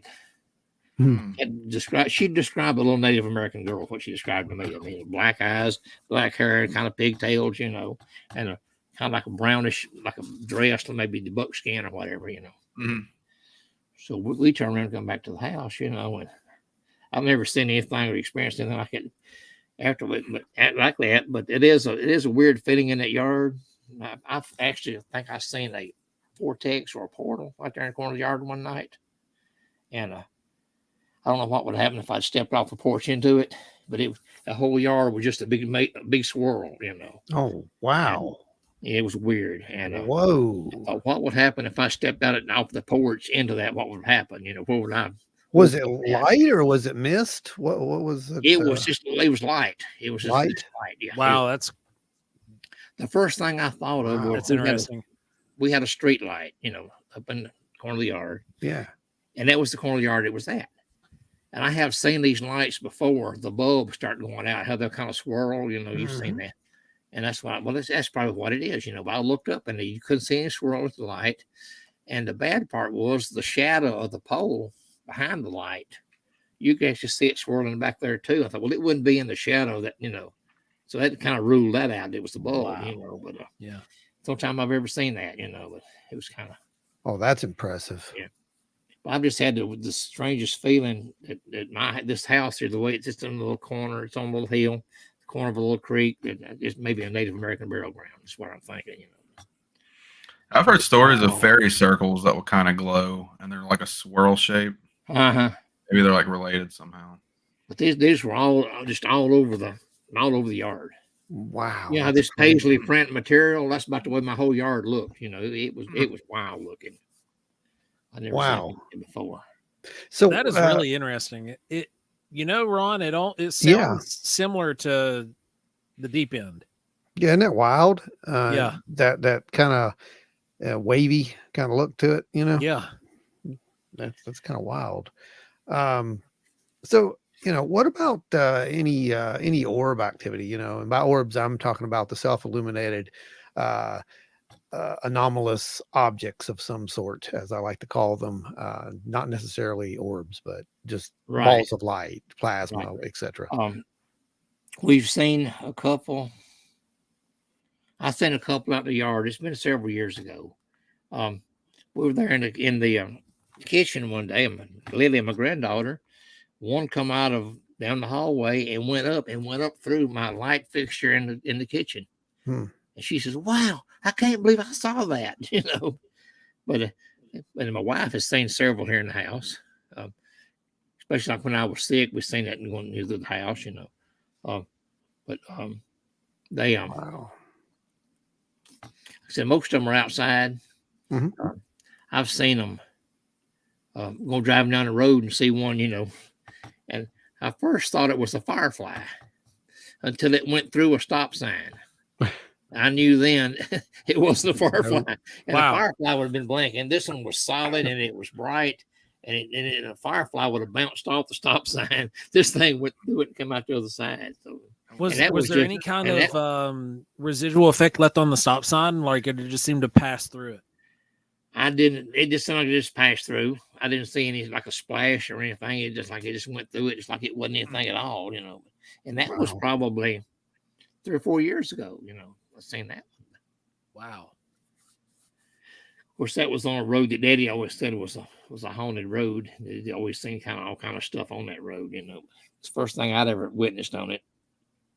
My daughter, youngest daughter, she woke up one night and there was what she described as a Civil War soldier. Oh my! Standing behind the couch. She fell asleep on the couch when she looked up and saw it standing there over her, And at the time, I was reported there was a Civil War cemetery back in the woods behind my house. There'd been some buried there, And the tale was that they had caught them and made them dig their own graves, and then stood them and had them sitting in front of their grave and just shot them. They just fell back in the grave and they just covered them up. And there were several big piles of rocks back there out in the middle of the woods. And I can see people taking rocks off their fields, their tobacco fields and things like that. But they wouldn't pack them no 50 yards up into the woods to dump them out. I mean, you know, they just push them off beside the field, you know. Yeah. But that place always had a creepy feeling to me. You know, we lived there. Just Yeah. Civil War ghosts, man. I mean, Mhm. Yeah. they're a thing. Yeah. Oh yeah. Yeah, we seen one in Shallow several years ago.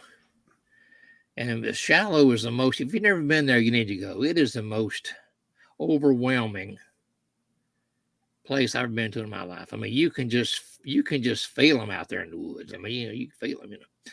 Wow. And we were there. I think I was getting a bottle of water, I think, out of the cooler or something. And happened to look at my wife. Actually saw Friday. She says, "Who's that standing up there?" I looked up there, and I thought, well, it's one of the reenactors, I guess, or whatever. But there wasn't any reenactments going on, you know. We had a gray uniform on, standing up there, you know, beside the road, you know. And I reached to get my binoculars, looked to see if I could see it, and it was gone. I mean, it disappeared completely. We both saw it, but yeah, with back by the Confederate barrel trenches. Oh, I got a couple 3 EVPs back there that would just curl your hair just about. You know, it was terrible. You know, I was talking about what they had done to him. He mentioned a couple of names, and so and so killed him or something like that. It was wild. But Oh wow. every time we go to Shiloh, I'll make it a trip to go to all of them, visit all of them. You know, and thank them for their service. You know, and Yeah, that's incredible. Absolutely incredible. We just had someone post up. They Just had a seen possible UAP sighting on my way sighting. home. Larry House. Wow. That's interesting. If you yes, Thanks. I'm going to send a link real quick, Send Larry. links. Yeah. I want you to, when you get to a safe spot, I don't want you to do this right now, clearly, but I want you to jump over and report a sighting for us over here. There we go. We're good. Got it. All right. Yeah, it wouldn't copy for whatever reason. Okay. Go Well, over and follow this link and fill out as best as you can as soon as you get home. I'm curious to see what all we can get on this one. what did Shannon say? Shannon said, "What about the ball that you asked for while ghost hunting?"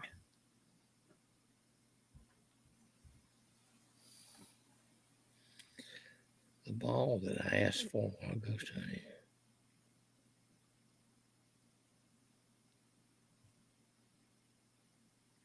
I don't remember that one right off the bat.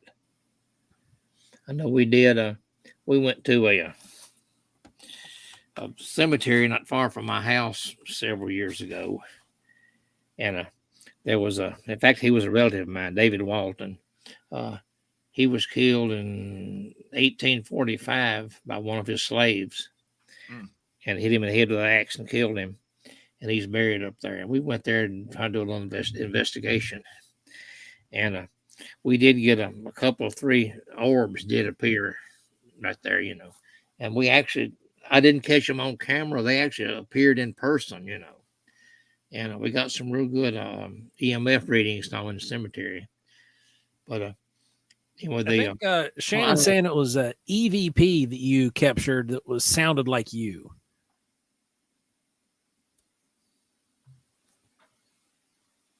She said it sounded like you, but you never asked for it. It was an EVP in Keysburg.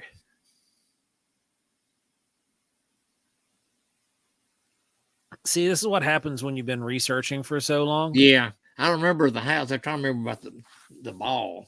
I did put I carry a little plastic softball with me, and I put it down in the hallway, and I was going to get a camera set up to see if it was going to move.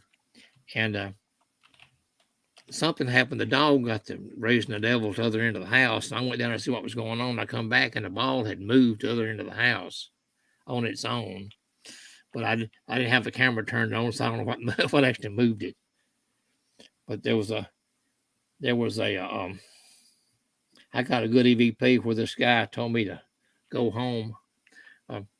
Was just they asked him how old he was. He said he was 83. There was a little boy there with him, and Dolores asked the little boy how old he was, and his response was, "Tell her I'm 3," like he was talking to somebody, So tell her I'm 3. But I verified the guy's age, and sure enough, it was. Went to the cemetery where he was buried at, and I was there. But it was a lot of stuff in that house. Because it was a private residence, I don't want to say too awful much about it. But we went there, and everything was. She had an old mirror that her daddy had given her years ago. Would come out of an old house somewhere, and it was at the end of their hallway, and everything was situated at that end of the hallway. Everything that was going on at their house, and anyway,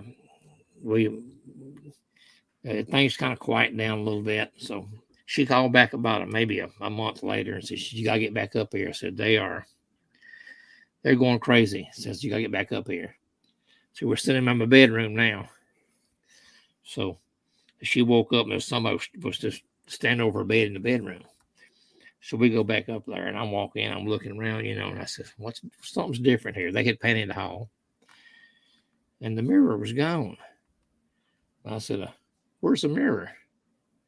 And she says, I took it down. We painted it's in the bedroom. And then she realized what she had said. And, she says, "Holy best word." She said,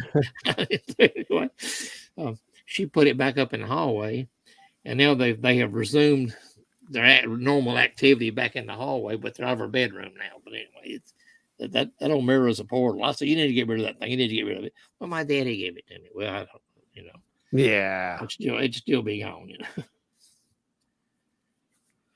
Well, what do you got next going on? Where do you got coming up next for you? We're coming up on a 2-hour mark here, and we want to give you a chance to let everybody know what all you got going on, what's coming up for you here in the future, and all that good stuff. My main deal is try to get my other book published, and I don't know what I'm gonna do after that. I don't know. I love to write, and if I'm not writing, I don't know what I'll be. I guess researching another book, I guess. But that's my plan, is to get my book published. I want to get done before Monster Fest, which is June the 3rd in Canton, Ohio. Seth Prelo's putting that on.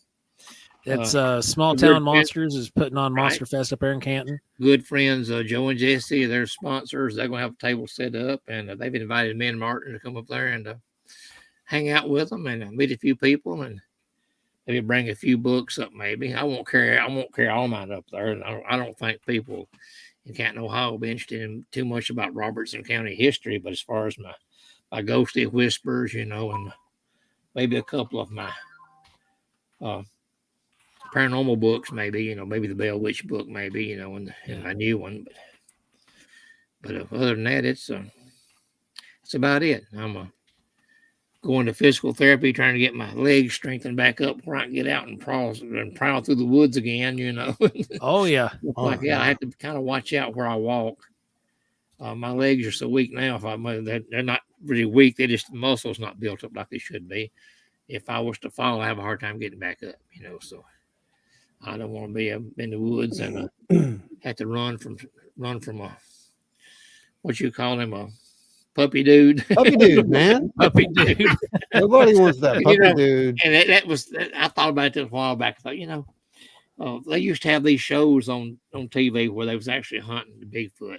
They'd get out, and they call them squatch, and we'd be out, And me and the kids would just take a camera, grandkids take a camera up in the woods and a walkie-talkie, say, "Hey, there's a squatch over there," or something, back and forth, just messing around, Yeah. So we had with us was maybe a walkie-talkie, and a walking stick, maybe, and just walking back here, I think, that's the same woods that I heard these tree knocks come out of, later on, and I thought, what would have I done if something had to come out of the woods toward us, Oh yeah.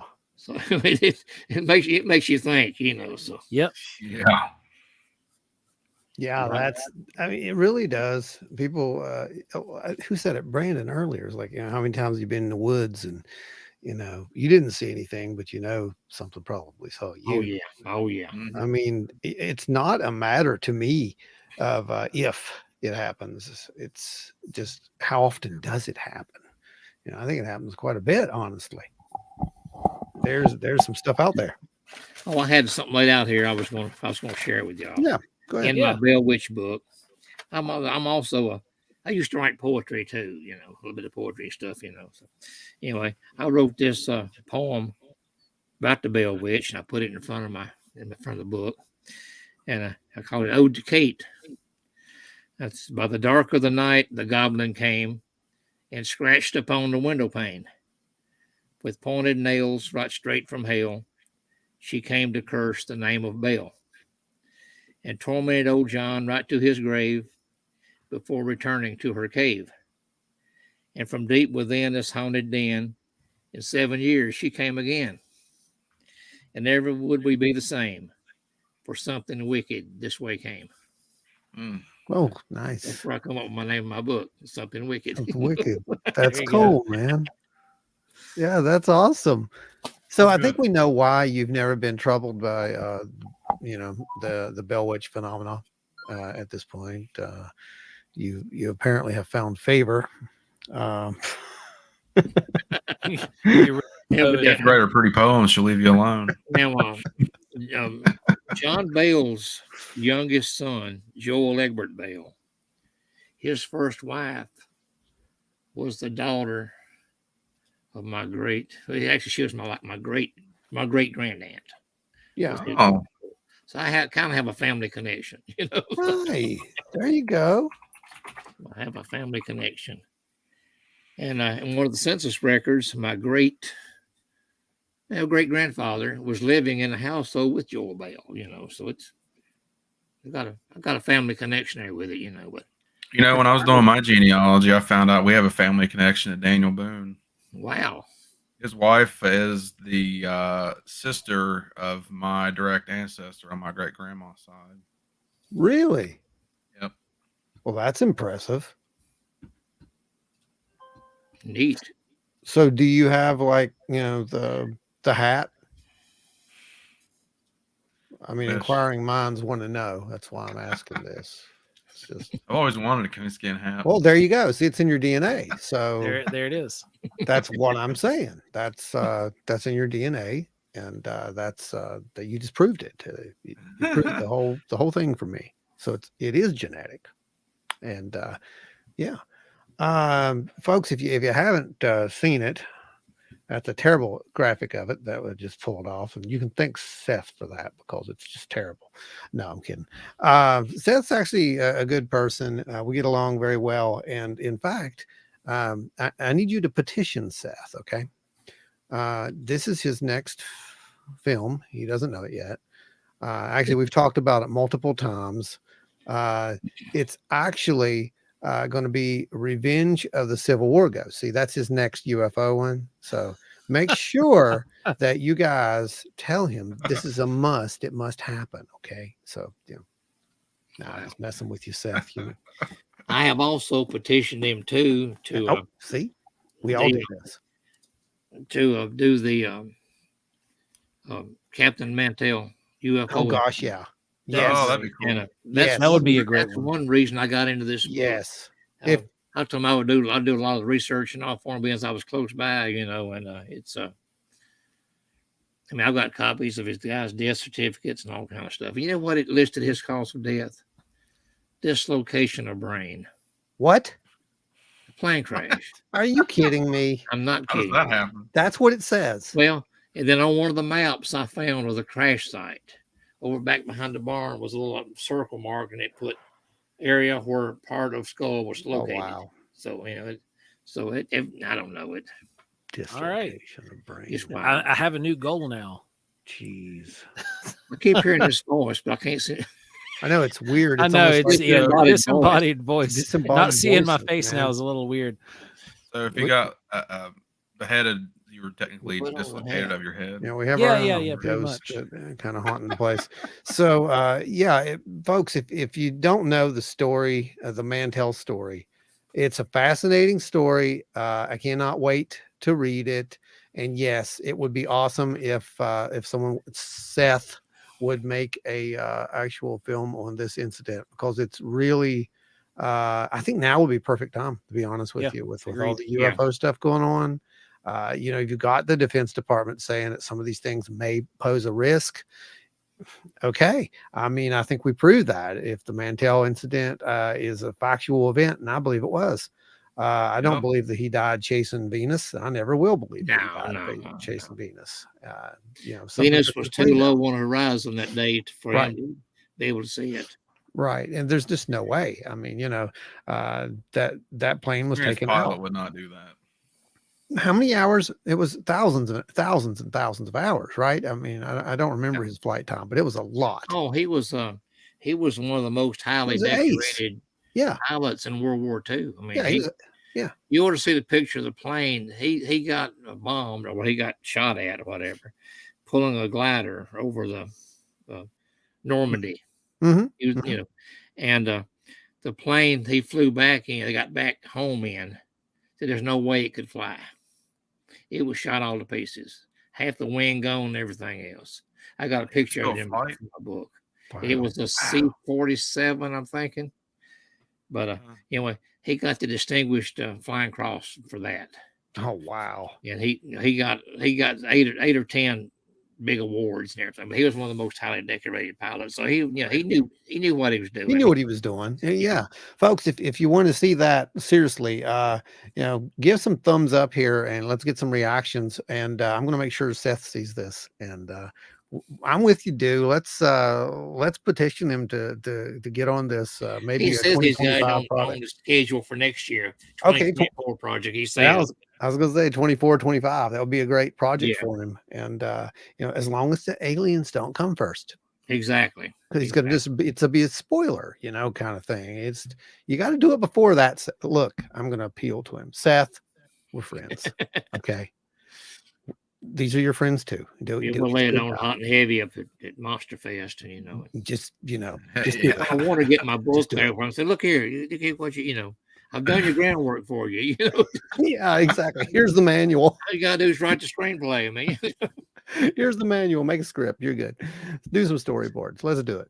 But no, I look forward to this book. Honestly, as soon as it's done, let me know. I want to get a copy of it, and I would love just to get you back on to talk about just that book and the Mantell incident, because again, this is one I really want. It makes me happy. It's almost like, you know, the Indrid Cold thing here. I just think it just needs to be addressed as an actual incident by itself. And you know, a lot of his stuff, Mantell's incident, just gets glossed over. oh yeah. You know, that's pretty much it. And there's so much more there. So yeah, man, There's a lot more there. we've got to definitely get you in there on the deep dive for that. And I think it'll be wonderful. Whenever you want to do it, just let me know. Oh, as soon as your book comes out, that's when we'll do it. Well, actually, as soon as I read your book, because There you we're on go. the same Okay, page with you. okay. Well, There you I mean, go. I know a lot about the case. I've actually done artwork with for that. I've done a lot of stuff with the Mantell thing, and it's great to hear it.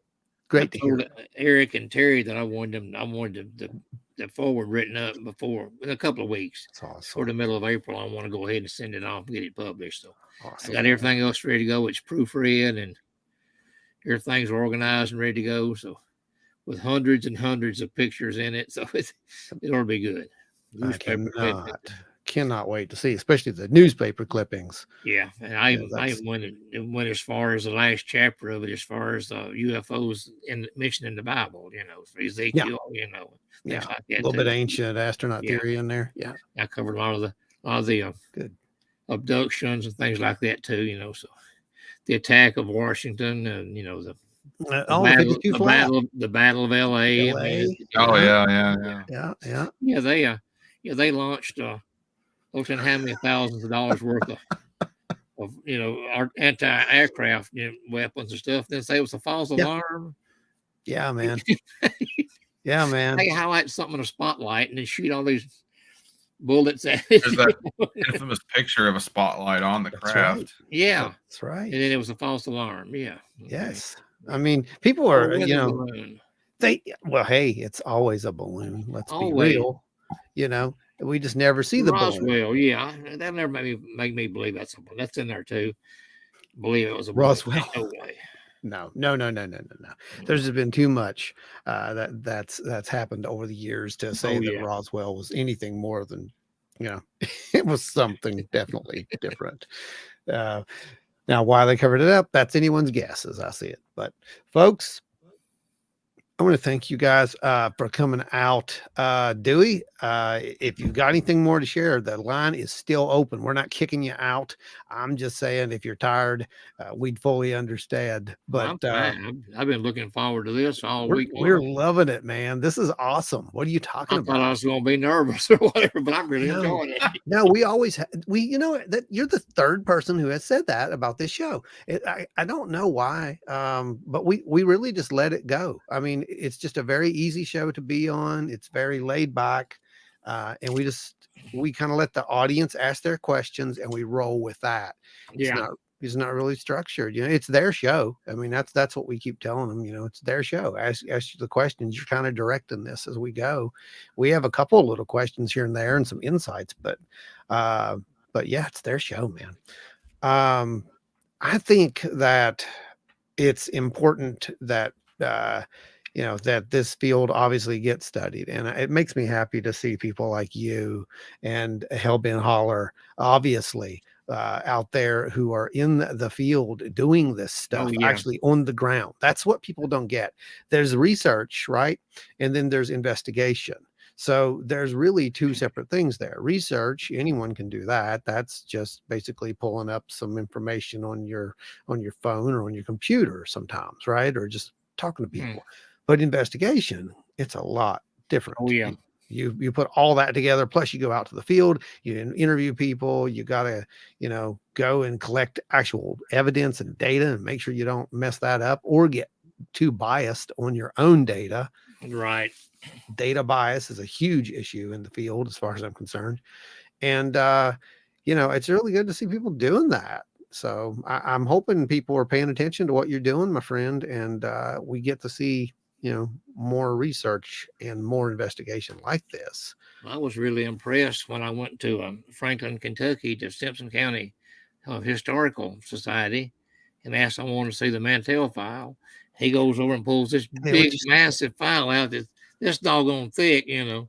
I hate this camera. It's backwards. But anyway, you know, I still went through it. I thought, you know I've had to miss something. I'm going to have to go back through it again because it was almost overwhelming. And he said, well, I've got another file back here that we're going to do in a presentation somewhere.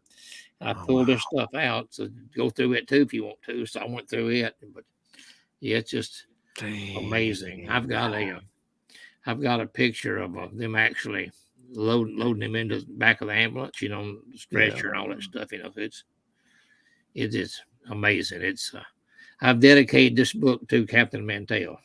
That's so awesome. Dedicated to him, you know. I cannot wait. I honestly want his grandsons to write the forward for it. They volunteered to do it. So, hey, I gotta ask you. You talked to him, and I don't want any spoilers or anything. But what? I mean, they know he was kind of framed in this, right? I mean, that the government basically framed him. That's what they said. The military never came to them and gave them any kind of explanation or anything. Oh my God. You know. In fact, I think I put a video out on my channel that they sent me to where the family actually got to talk to the guy that was on the radio with him when he crashed, you know. Yeah. And the things that he said, you know, they asked for hot guns. So they had ammunition with them. Yeah, they weren't loaded, and they had to get permission to load the ammunition into the guns.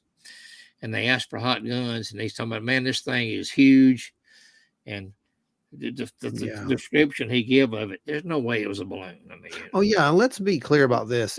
We're not talking about a Tic Tac here. We're not talking about a little tiny thing. They describe this thing as a very large craft. of Yeah. some sort.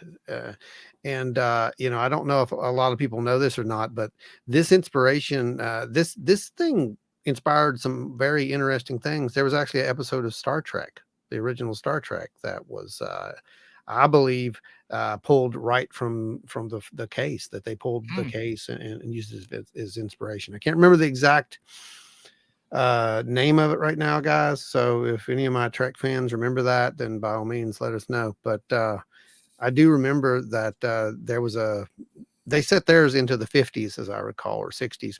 And it was the Enterprise, of course, that jumped into the 20th century Earth. And there was this pilot who was flying up to intercept them, and he kept getting closer and closer. And they were, you know, they had to beam him out because his plane actually exploded because it was going too high. And it was one of those time travel episodes, which is one of the best of the Trek. Anytime they got into that kind of stuff, it was always good.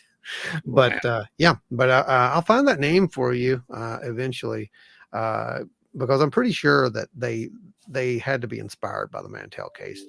It's almost exact. Yeah. Wow. Except for, of course, this guy lives. There's a difference. But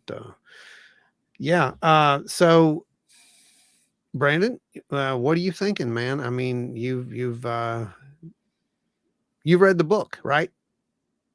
Some of it, yeah. Yeah. So what are you thinking? I mean, I've researched the paranormal and, you know, done this kind of the things, but Dewey, he's outpaced me by years and decades here. But you know, you got any questions? I mean, I haven't gotten that deep in the book, but I was wondering if you've ever had any Dogman encounters where they report the hip popping, where they shift from 4 legs to 2 legs. so I was hoping you would You ever had ask any of about those? one of those things, because I wasn't going to say the word. See how I did that? I completely manipulated you. All I have seen some of those reports, you know, where these people had seen this, you know, off beside the road or something, you know, and it would, I guess you had to come up, you know, they come up on 4 legs on the road. Now, me and my wife did see something several years ago, and we attribute it to being a bear, and it could have very well been. Yeah. We were coming back from a drive-in in Franklin, Kentucky, that drive-in theater, and coming up the hill, headed toward Cross Plains, and there's something come out in the road on 4 legs, and it stood up and run across the rest of the road on 2 legs and went off on the other side. We thought it may have been a bear. There used to be I don't know if you remember this fireworks chain or not, called Loco Joe's. They were all over before the interstate. They were on the main highways like 31W, you know, and 41 and all. And most of them had a bear out front in a cage that you could actually, you know, it was a tourist attraction, you know. Yeah. And we thought, well, one of his, he lived up on top of this hill where we saw this thing at. So we just kind of figured it one of his bears had got out, maybe, you know, and it may have been, you know, but it was kind of odd. And then they were mostly seen this thing. You know, when bears do that, it's pretty awkward when they walk on 2 legs and it's not very fast. Right. Yeah. This thing, their back legs are pretty stubby. This thing moved on pretty quick, you know. But just the reports, a lot of them had mentioned that. Now, I did live across the road from a guy when I lived in McKenzie. He said he was telling me about a hunting trip he had to LBL. And he said they were deer hunting. He didn't tell me exactly. I wouldn't know which area it would have been to start with. I wasn't that familiar with it at the time. But so they were deer hunting. He said this thing jumped up and run on 2 legs. And it scared him. And so he looked, and it was a big lizard. And he called it a monitor lizard is what he called it. But it was running on its back legs, and he shot it and actually killed it.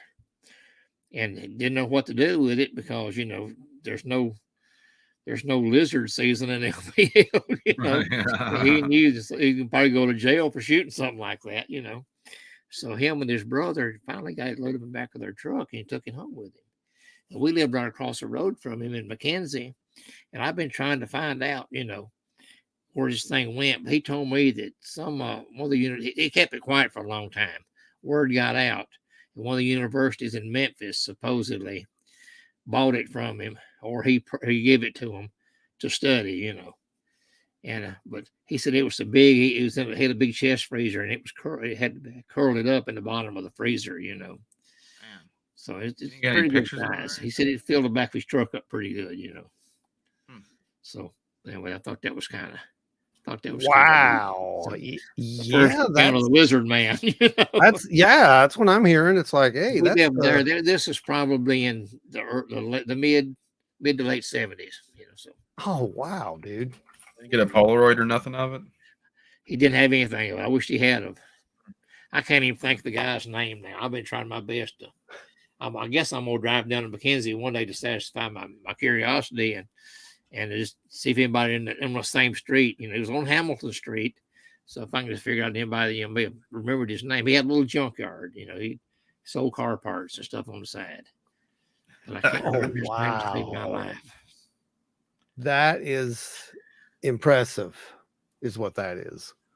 It reminds me of the Scapor swamp beast, like the reports of that down in Georgia. Oh, the War Trace monster was called the Springfield Varmint. Because the Springfield Varmint was the name they gave it. And there has been a lot of sightings of a big black panther, they call it, you know, big cat, you know, that the TWRA says don't exist, you know. But there's one out here at my house out here too. We've got pictures made of on a trail cam. My next door neighbor has seen it between my house and his too, you know. So, but they don't exist, so you know. Yeah, I've personally seen one myself before. I can tell you they do. I don't know what breed they are specifically. I don't either. A big black cat out in the woods somewhere.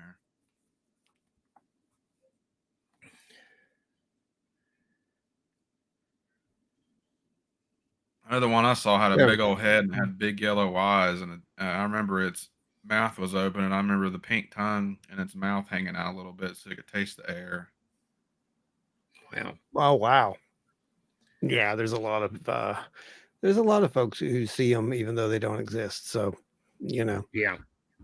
Thankfully, it ignored me and just went down the woods. Yeah, right. Well, guys, I do believe. Let's see. Anyone else get your questions in? If you got a few, we got a few more minutes left here.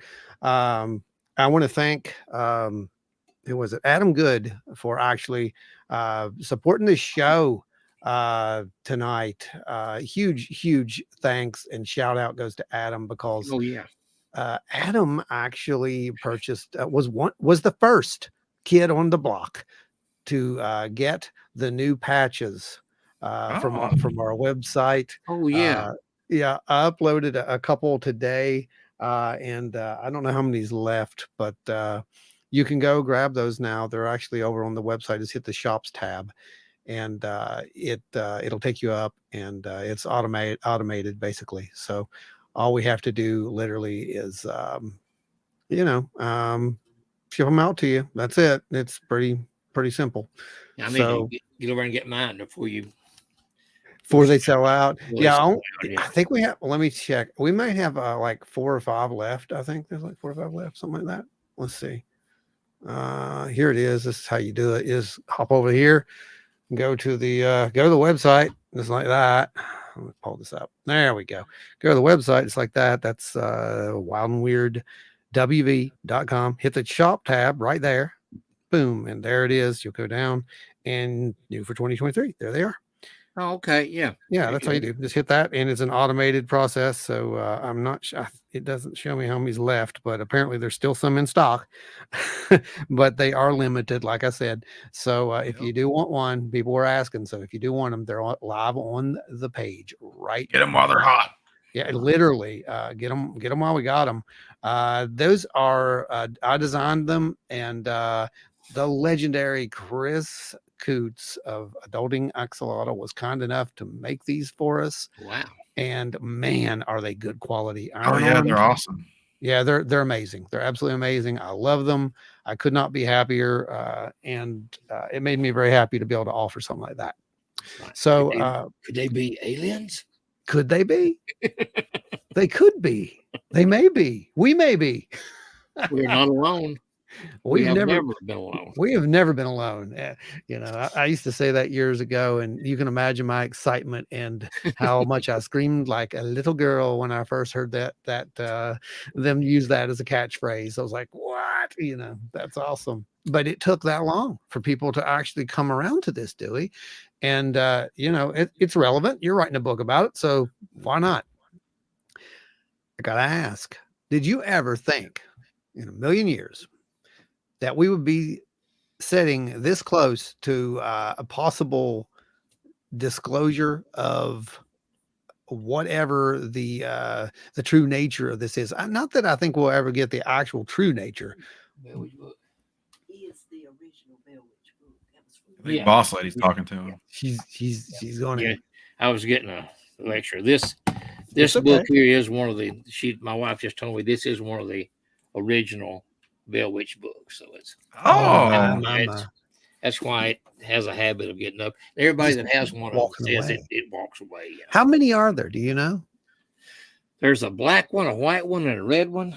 Oh, really? I think I can't tell you, which I got a friend, he could tell you about which one was which, you know, the dates on them and stuff like that, you know, but wow. Miss Williams of Williams Jewelry was going to give me that. She was old then. Oh yeah. That is so cool.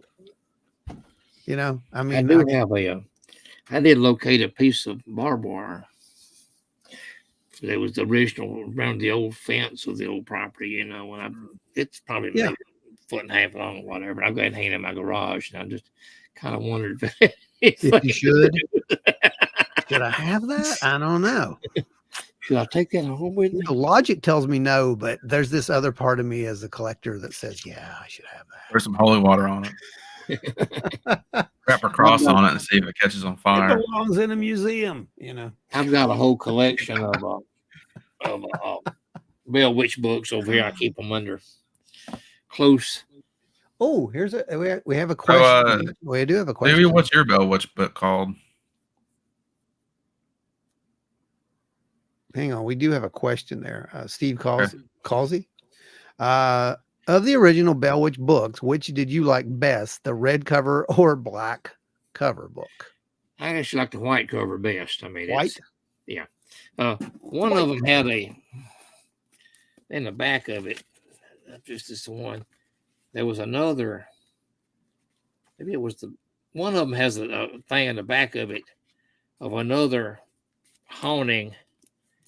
What was it called? Surrendered something.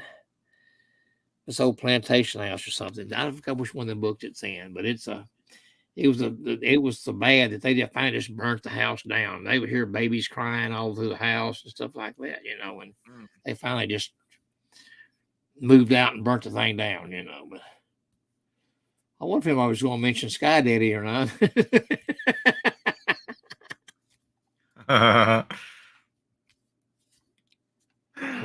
Well, that's the thing. He couldn't be with us tonight. So let me just go ahead and do the thing for him. There we go. There you go. Everybody's good now, right? All right. All right. You know, one day we'll probably get cease and desist for that. But until that day comes, you know. But you know, it's okay. Matthew's more than welcome to come on the show too for free. We don't care. My daughter said she just seen somebody walk behind me. Did anybody else see it on camera? Oh my! Did I had Matthew up? Did anyone? Sky Daddy did it. It may have been. Oh, we can see it on the replay. Yeah, we'll have to go back and watch the replay. Yeah. At what time? The time frame is this? This is at the 2:29:50 mark. Would have been about when it was. So, yeah, we'll definitely check that. If anybody else saw that, let us know. Let's see. I'm right to make a note. Is that when you were talking about the Bell Witch too? Yeah, probably. Shannon says it was a shadow. So it was a shadow. It was a shadow. When anybody walking in front of me, so you can't get in front of me. I'm 4 inches from the computer desk. So they know Yeah. Yeah. Wow. Yeah. We'll have to definitely catch that. A friend of mine, Ray Scholler. Yeah. Don't mess with Kate. I'm sure. Yeah. Yeah. That's, man, I'm trying to keep up with all this. Gosh, you guys have been amazing tonight. I just want to let you know we hit record about an hour ago. Really?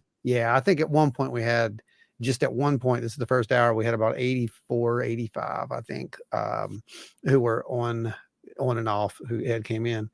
And we've had since then, I don't even know how many comments. It's just been absolutely a wall of comments, which is great. I love to see it. This is what it's all about, guys, building the community. The more comments that you guys put out there, the more you watch this, the more YouTube decides to push it out there, and it just gets seen by more people. And that's how we grow a community. I'm going to go check the stats for you guys right here while we're here. In fact, just because I want you to know what you did tonight. Yes, we've actually picked up, we're at 1,105 subscribers right now. We were not at 1,100 subscribers when we started this show. So I know that we've picked up at least 5 to 7 people or something like that. So it's absolutely phenomenal. And I really want to, invite everybody to come. We do this every Thursday at 8:00. And the new actual podcast episode will drop tomorrow around noon, I believe, on YouTube, and tonight at midnight, I believe, on the rest of your podcast servers. And it's an interesting subject. I think you'll like it. And there's a lot of synchronicity I hear about it. I've got another little book out. What you got, Dewey?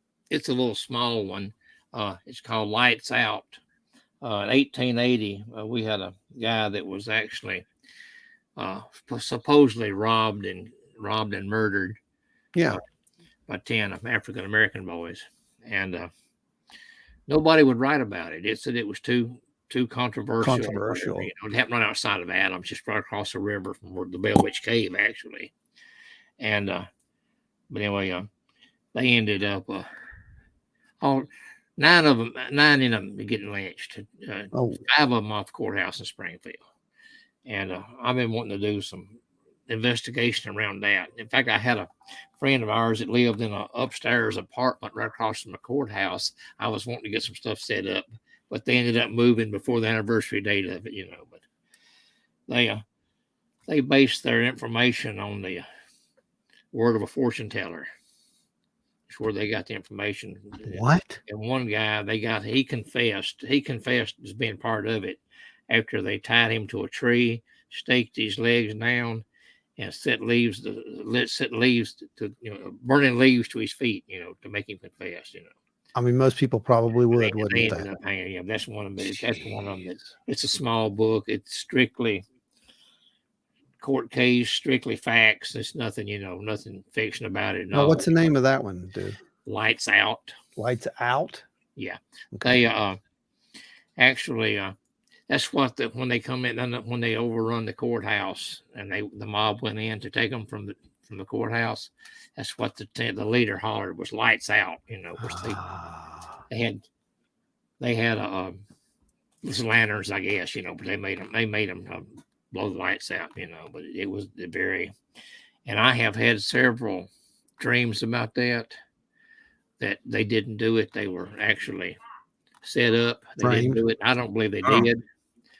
And that's going to be one of the books. One of these days, as I'm going to try to prove that they were innocent. It might be hard to do now, but because 2 of them turned state's evidence but they lied through their teeth to get set free, Oh, wow. But it was weird, But all of them were lynched over that, except for one. He died in jail of dysentery in Nashville. Wow, that's unreal. Oh, that's awful. But it's that's one it's kind of been tugging at me. That I would like to prove that they were innocent, and that's or try to get it out there they could possibly be, But yeah, and there's a lot of small towns that have those dark secrets like that too. Yeah. Yeah. So, as hopefully you don't come up across too much opposition on that, especially now. I don't think you would.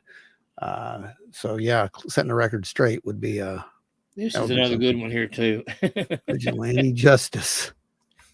That kind of sums up small town America, Yes. doesn't it? I Yeah, mean, this is Robertson County after the Civil War.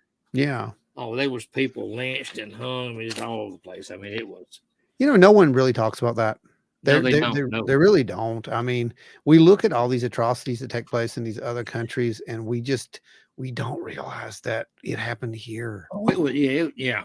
It happened here, guys. I mean, Yeah. this is, It happened. and we are who we are. I mean, unfortunately, that's, for good or bad, it is our history. And hopefully we learn from history. That would be my, don't run from it, learn from it. Exactly. That's Exactly. that's my take on that.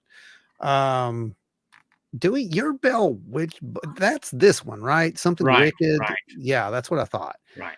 Yeah. There's an older version of it out there. I Yeah. changed the covers up on them. I had Okay. the plain cover. Forget you with me or not. The plain covers that the basic ones you get off Amazon, Mhm. And I thought, I'm gonna dress them up a little bit. So I put new covers on them, and I think it's gonna help. I think it's gonna help sales on them. I'm thinking. Well, obviously, I had to come up with one for our banner and for the plug. So I had to make my little version there today to get. You done good. And apparently it worked. Is what I'm saying. It did So. work. Did a great job. Oh, there's something else I was going to show you too. Some of my equipment I build.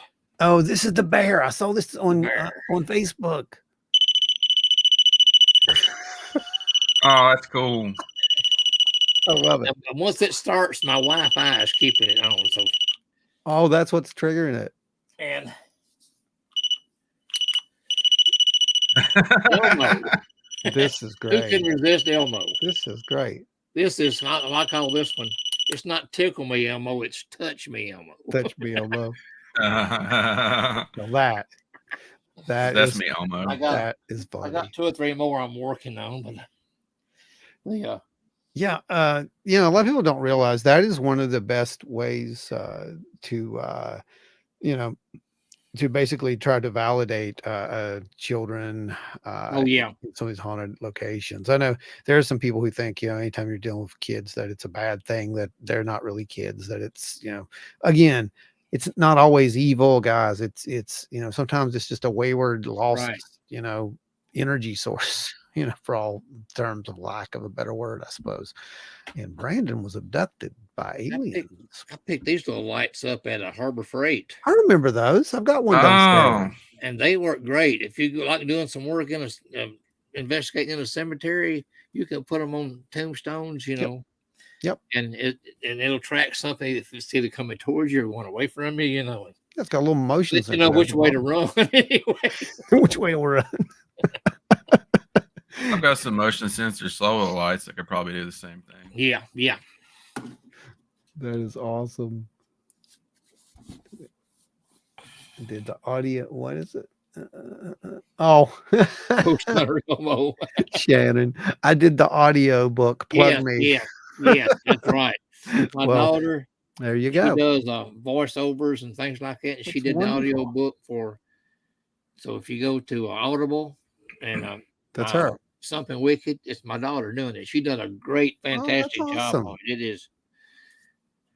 I was going to have her do I did the Lights Out book too, but there was too many. It's probably 99% male voices in it, and I didn't want to have to try to keep up with all that and then change her voice that much, So I got somebody else to do that. And the which one was I got one done? Ghost Hunter Realm. The Critters book. Please know the Critters. It's on Audible too. So okay, so you can get these on Audible as well. Out of North Georgia, I think he did that, and he had a great voice. I mean, he had a real great voice. He sounded like what's the guy's name? There you go. Now the rest of the story, Casey Kasem, right? Well, no, Wasn't Casey? no. I don't remember that one. Actually, I do remember it. I don't know who it Yeah. was though. Well, I can't think of his Who name. But was- the voice sounded like him. That's why I picked him out. Yeah, deep. Yeah. Yeah, he had a real good voice for that. Oh. Let's see. Checking out, seeing who we have left over here in the room. We got some someone gave us it looks like they gave us 2 hearts, and we got some likes. Thanks, guys. That's awesome. Yes, those kind of things. There's you guys who are watching on Facebook, definitely hit those likes and hearts and all that stuff, because again, that helps people see what we're doing every week. And it's a lot of work. We enjoy it, or we wouldn't do it, obviously. Oh yeah, I mean, it's a Yeah. lot of fun. Paul Harvey. Paul Harvey. Yeah. Gosh. Thanks, Martin. I had to think for a while who it was. Yeah. Yeah, He was so Martin. iconic when he Yeah. died. You think the president had died. What's that? When he passed away, it was like the Yeah. president passed away. Like, Oh yeah, yeah. Oh yeah, for sure. Yeah. Now we got to do is get Martin on, and we'll have the whole. We will have had everybody pretty much who has been involved in puppy dude research. I'm trademarking that. Just letting you guys know. we were down For there. sure. Me and Brandon, we're trademarking We were that. down there Tuesday actually. Puppy dude. Are And, you? they still had a lot of the roads blocked off. I mean, they're blocking them Yeah, off. They're not just putting temporary markers. They're they're actually barriers. They're putting steel posts and locked gates up now. So That is crazy. it is crazy. I mean, you got any theories on what's going on there? Or are they, just trying to bar off the area? Too hot?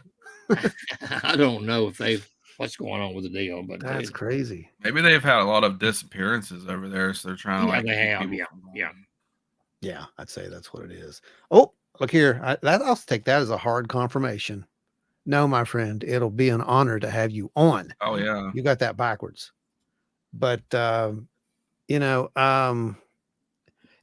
I saw you were working on that camera at one point, and you had a little issues with the you said it wasn't stable enough or something.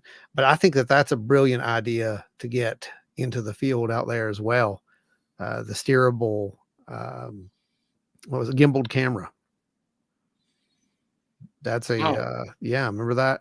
Yeah, I was working on that, and it wasn't steady enough. The camera did fairly good, but the rotator was it had so much slack in it. Yep. You couldn't really control it, and it was iffy when it worked. So I went ahead and boxed it back up and sent it back Set it out. right back out. I guess the next one I buy will be instead of the $50 one, it'll be the $100 one. I saw that. It needs to be a little more precision, than. Yeah, I it should. I took 2 pieces of rope and tied to the camera and did better what that thing did. Pulley system. Put Fred Flintstone on it. Yeah, do a pulley system on it. That's what you ought to do. But I made this thing up, and I thought I'm gonna put it on my truck, either on wood or on top of the truck or whatever. And I got everything made up, ready to go. My truck is aluminum. He won't even stick to me. So I have to weld some plates on my new truck. Steel plate with rubber pads now. Yeah. Well, that What, could work, but what Pat say? Oh, PDR, puppy dude research. There's the new branch, the PDR.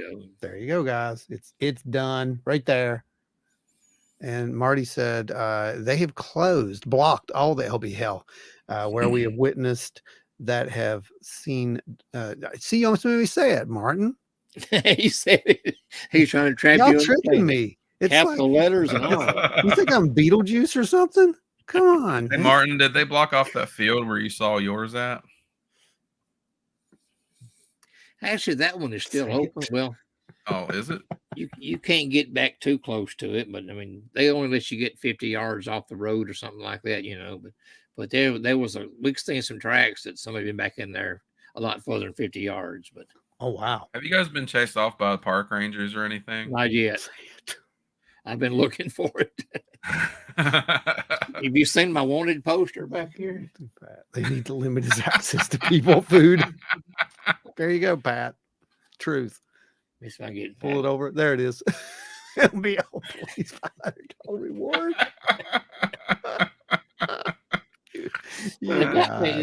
You guys. I couldn't help it. Pat thinks that that's what happened to Joe. That Yeah. you know, that he was whisked away by the thing. Puppy dude patrol. Puppy dude done got him. What's Martin saying? That is opened. This is to you, Brandon, I believe. That's opened. However, the campground within 1 mile has just been closed. Jones Creek boat ramp. That's interesting. We actually seen somebody was actually staying down there in a van too. Had been there for a while too. They were in a van down by the river. I'm sorry. I could not hear it. Chris Farley's ghost just whispered in my ear. In a van down by the river. Oh, he was legendary. Gosh, yeah, he was legendary. I remember so many times you knew that he was cracking them up. Like there were several of those where it was just like they were doing everything they could not to laugh at him. It was just amazing. Man, that was great. What do we got?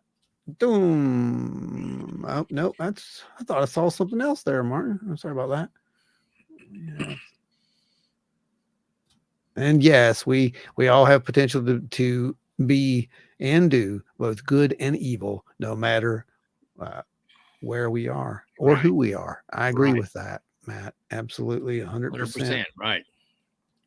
And I think that goes on afterwards when we're energy as well. It's what if you don't learn it, you might have to repeat it until you get it right. Exactly. I don't know. It's exactly. We're all in this crazy. Yep.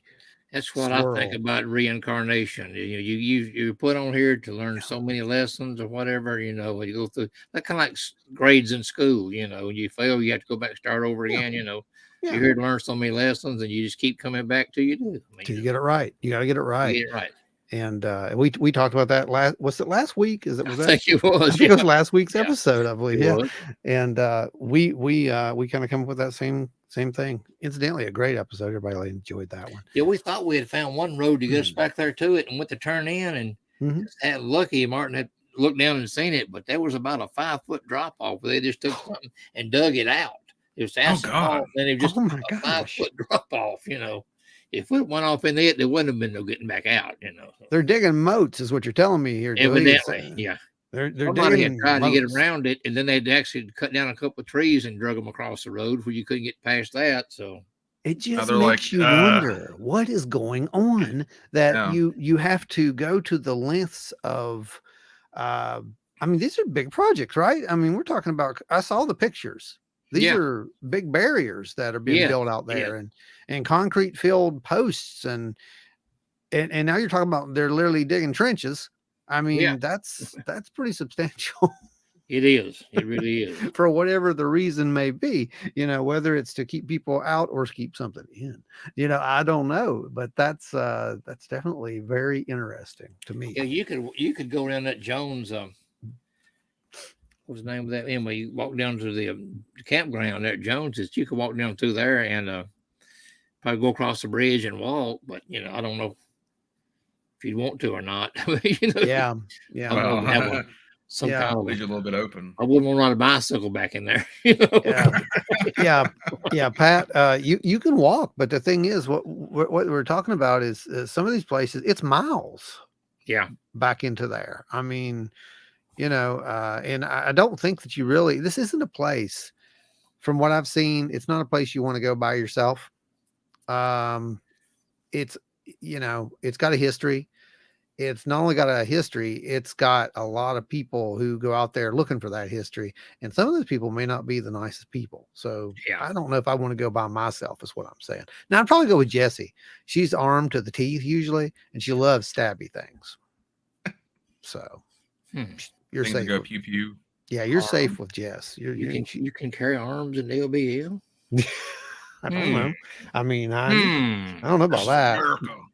Not me. But she's got stabby things. Did y'all hear that, LBL police? I'm not armed. That's like this. I fought this guy the other day. There Oh, you that's go. nice. That's a nice one. That's a nice one. I like Knife that. check. Yeah, probably what it'll come down to next. They'll be checking you guys, at the entrances. Man, that's nuts though.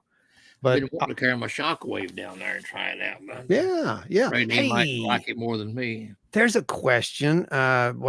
Before we get, I guess I have to get out of here. I wanted to address that. We talked about some of your little things you made.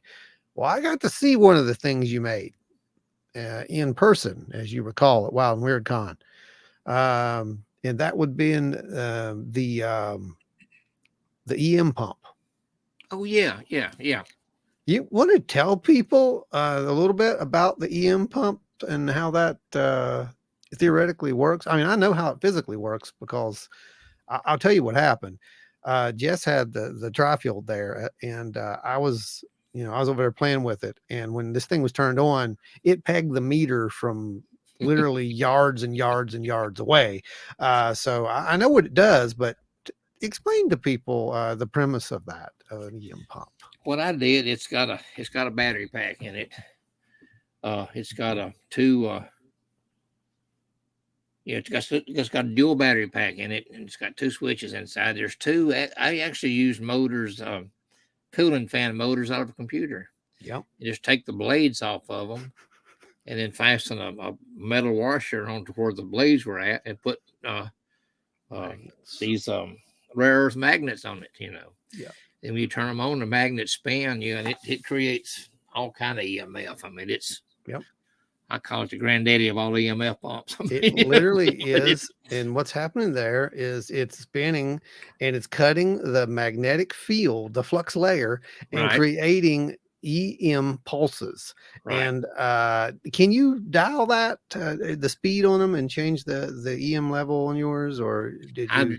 You probably could. I've got mine just wired with a switch. Wired up. Okay. So this is full blast. You can probably put a speed pot on it. Well, you can either run one or two, So yeah, but they're just full blast, which is full blast. Which you can imagine. I mean, you're talking about thousands and thousands of RPMs on those things, and they're cutting with these neodymium magnets. These are more powerful.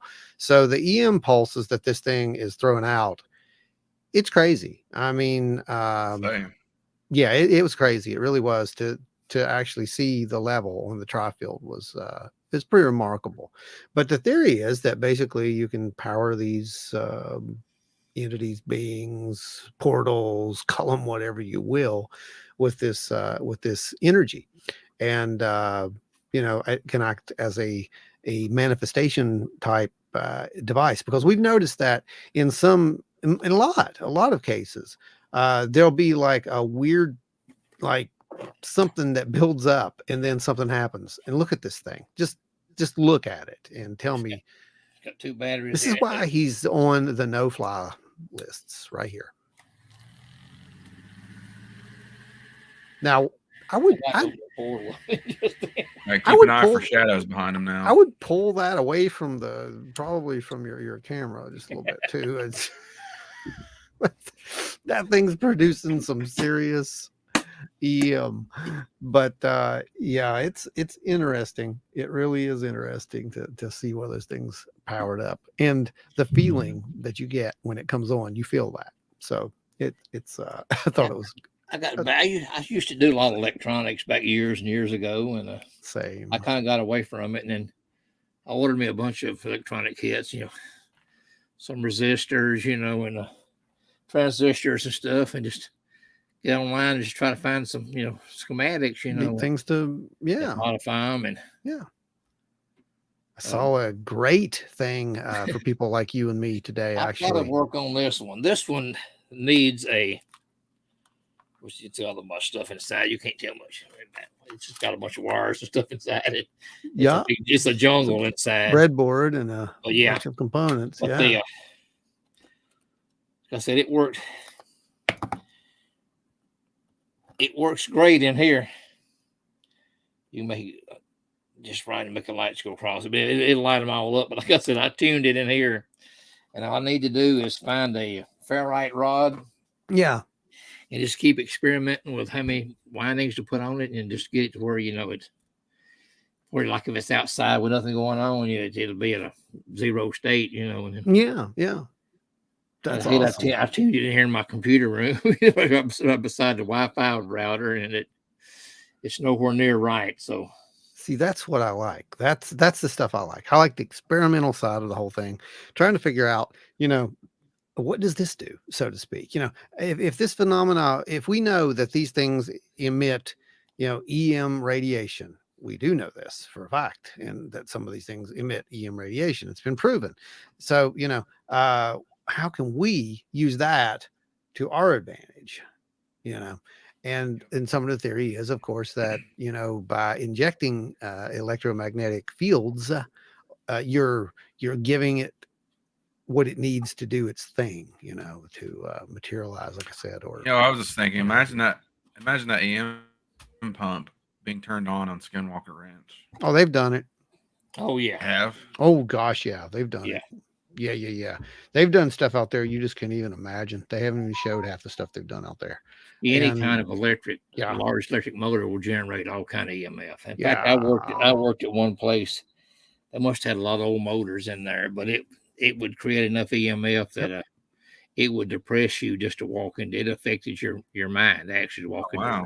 Yeah, it was. Yeah, it almost make you sick. Dude, were you here when I was telling you about when we were out filming there near Wineberry, where I was under the high voltage power lines, and I decided just to take a reading to see what happened, what it was like. It was crazy. I mean, you could feel that stuff. You could smell the ozone. Yeah. It was insane. It's like, I don't want to be here. And it's what's really weird about it is, and it kind of explains some of these high EM levels and some of the panic reactions that some of these witnesses experience with some of this stuff too. You really feel like I got to move. Like you have this weird sense that, and it's not like, a fear. It's just like something in your head that says, go, get away from here. There's just something's not right. And you don't know where that's coming from. And it's the high level of EM radiation. That's where it's coming from, and we're not talking about, cell phone radiation. We're talking about real EM radiation, lots of microwave and lots of, just nasty stuff. Oh, it is. That at one room, it had all these, they had these compressors in it and the water pumps and things. I mean, it was just, you could maybe stay maybe 5 or 10 minutes without any problem, but past that, no, you just got this sudden urge you had to get out of there. I mean, it just, couldn't stand it. So. Yeah, it'll mess you up. It really will mess you up. When Pat say 12-volt computer fans with magnets instead of fan blades sounds like a good way to block cell phones. Yes, sir. Yeah. That's how you block them. All right. You put about 4 of those and you don't got to worry about cell phones anymore. Maybe you can block Puppy Dude from portaling into your dimension. Or you can open the portal for Puppy Dude. What's wrong with you? This is why I don't use these things. No, I'm kidding. That'd be what I'd be afraid of. Do something and open my doggone portal up. And I know. Red Raider says, "Hey everyone, hey, hello, and welcome to the show. If you have a question for the Dewster, just feel free to ask." If you missed anything, we do have a replay that gets uploaded. Oh yeah, she said, "Hey," and I missed most of it. It's okay. Yeah, the replay will go live just minutes after it ends, so you'll get to catch it. It's a very hefty, big episode. I think this is our longest episode we've ever done, Dewey. Yeah, good. Congratulations, you helped to break records tonight. All right, that's what I was hoping for. Well, we definitely broke some records, and it is absolutely great. What about ions? Ionization, I'm thinking, is what she's talking about. Yeah, lots of ions. Yeah. He's made pretty much the ultimate ionic scrubber. He's pulling all the dust in the room to that thing. Like you can make like the ultimate air purifier with that. You literally could. Idea. Yeah. Yeah, you literally could. I hadn't thought about that. Yeah, man. Well, if it gets dusty, you'll know what's going on, right? I could take one of these little what Roombas they call them, the little floor scrubbing vacuum, and mount it on it, let it run around. Yeah, that'd be great. Bring a dust mop behind it.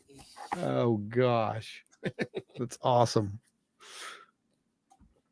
Well, anyway, folks, get your questions in for the last. We're coming up on the 3. We just hit the 3-hour mark, and if this was a telethon, this would be amazing. And it kind of turned into one, I think. But either way, we're gonna be signing off here in just a bit, and I want to absolutely thank sir. It was an honor having you here, and it has been a absolute Oh, the honor was blast. mine. It just seems like this was not 3 hours, man. No, it don't. It does it. We have definitely got to get you up this way eventually to some event at some point. So what about when's the Wild and Weird Con? We don't know. We're still working. No, we're still working on nailing down a date with that one location. We've moved from it. We're waiting to hear back from another location at this point. We know it's in Charleston. We moved it away from It's gonna be in Logan. It's not this year. So it will be closer to Charleston area. And we got a lot of people who are very interested in it. And we haven't announced anything, but there's a good possibility we might hit you up to be a speaker. I don't know yet. So I can do that. just letting you know. I know. He donated a few books to the cause to. Oh, we appreciate that, my friend. We absolutely appreciate that. And wait, what do we got? Red. I'll go back and watch the beginning. Sorry, I missed it. When the show goes that long, it's awesome. I agree, and it was amazing. We covered so many things. And thanks for coming. By the way, it has been an absolute blast, so you will love it. I'm pretty sure you're gonna love it. There's a lot of talk in here, and a lot of puppy dog kind of puppy dude talk, and we even found Bigfoot. You'll catch that. There's a little spoiler right there From LBL. Dewey found Bigfoot at the LBL. You'll get that in the first hour. You did better than a lot of the TV shows did. I almost want to go back and just I know it's going to go up as a live, but I almost want to go back and do this as an absolute episode and put chapters in it for people, because there's so much information in here, man. We covered everything. We literally covered everything that we wanted to cover too. I mean, and I don't know if that's ever been done. So, without getting off on tangents, we did a great deal. And it's phenomenal. Let's see. Wait. I've had an experience. Well, hey, there you go. We're all ears. We're all ears. Yeah. Dewey says, let's hear it. We're sticking around for you. Let's hear it. If you want to share it, that is. You don't have to. Obviously. We're not one of those groups that's like, oh, please tell us your stories. If you want to tell it, great. If not, that's cool. We understand.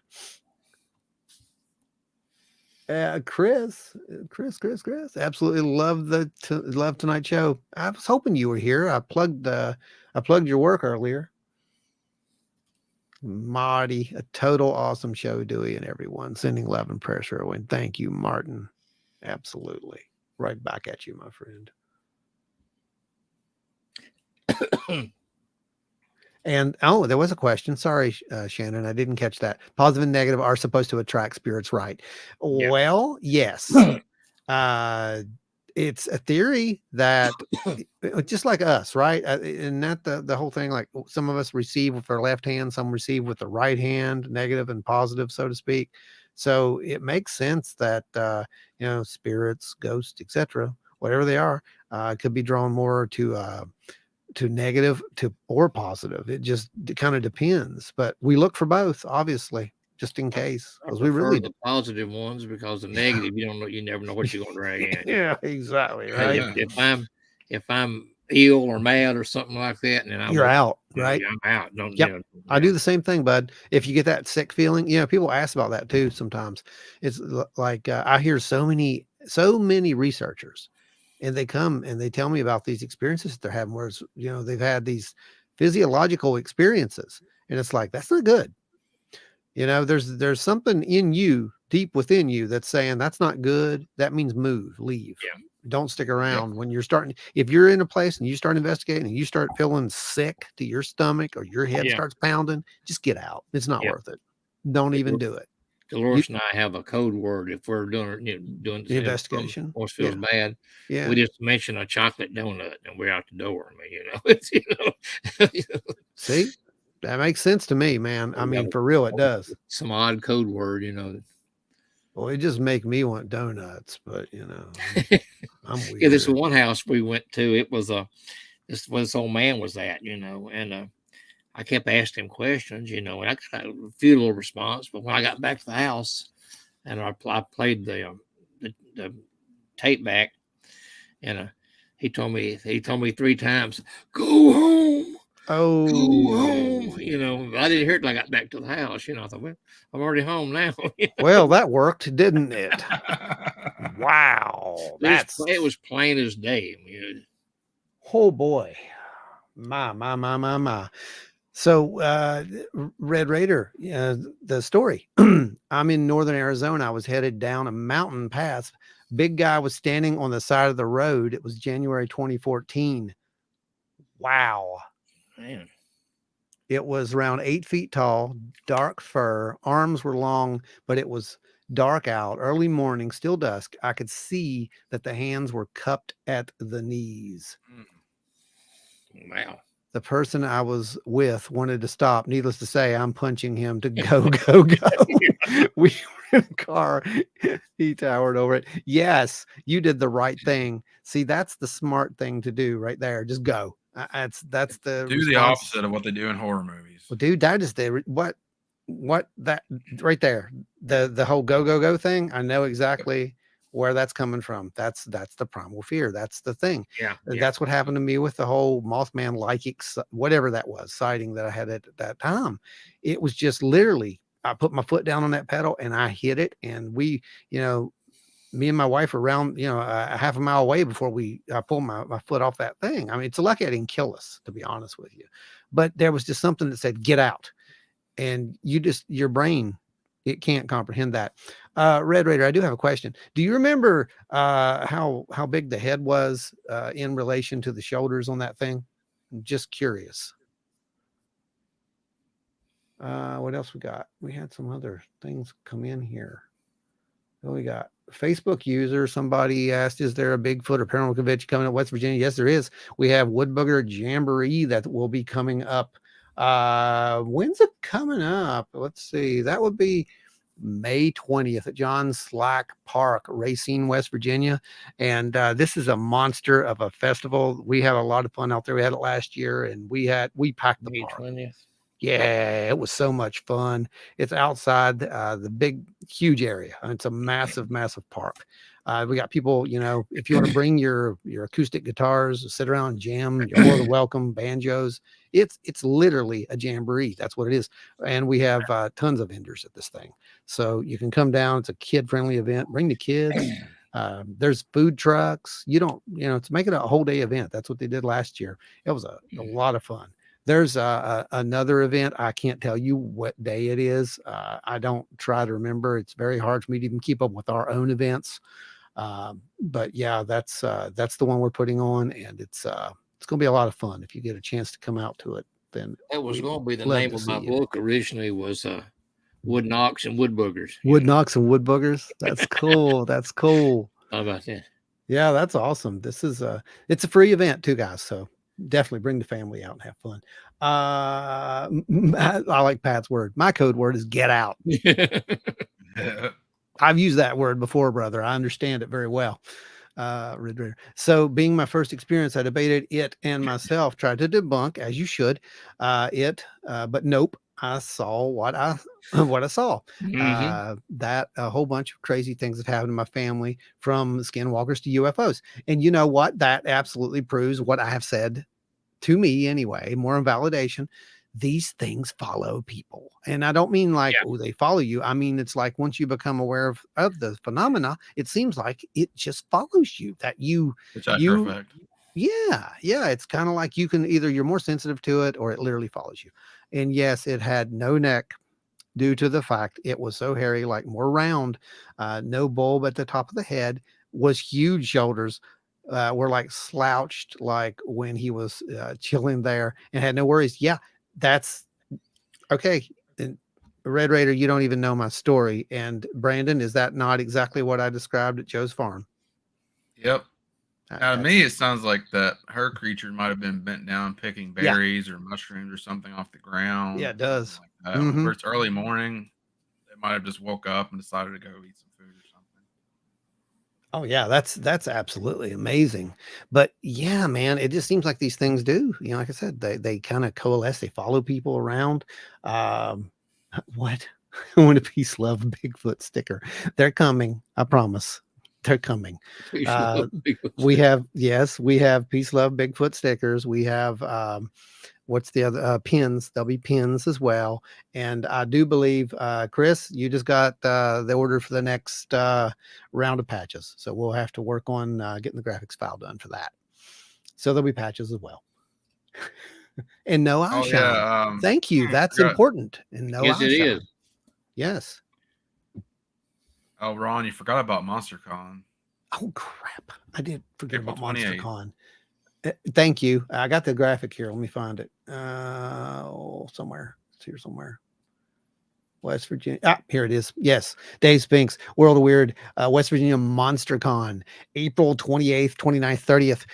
It is a main event will be the 29th. 28th is a VIP type event where you get to come out and hang out and meet everybody that's going to be speaking and whatnot. We'll be speaking there. I'll be talking about something. I don't know what. And it's probably going to be something weird, obviously, but he's got a lot of people coming out, and it's going to be a lot of fun. It's really cool. He's got a cool little shop up there. He's got some different stuff in there, and it's really cool. So it'll be a cool event. Hang on, people are still typing stuff here. Trying to keep up. What'd he say? Think we could turn the peace, love, Bigfoot into a fabric? I'm with you. Let's do it. There you go. All right. Let's see. Laugh out loud. Oh, Shannon, I got one of the Bigfoot with alien sticker on my bumper. There you go. And Looks like we got War Criminals Criminals come in. Hey, War Dooster. Hey, Dooster. Hey, y'all. Hey, y'all. I bet my wife would love to make bags out of that design. Oh, that would be cool. We can work on it. Yeah, that's a really cool one. Looks like we'll have some new product coming in the store real soon, kids. If she can make us a messenger bag that we can take out in the field. Wouldn't that be cool? That'd be really cool. Yeah. Dude, they make some amazing stuff. For real, guys. If you want some cool stuff, Adulting Axolotl has some really cool stuff. And I'm impressed with what they make. Okay.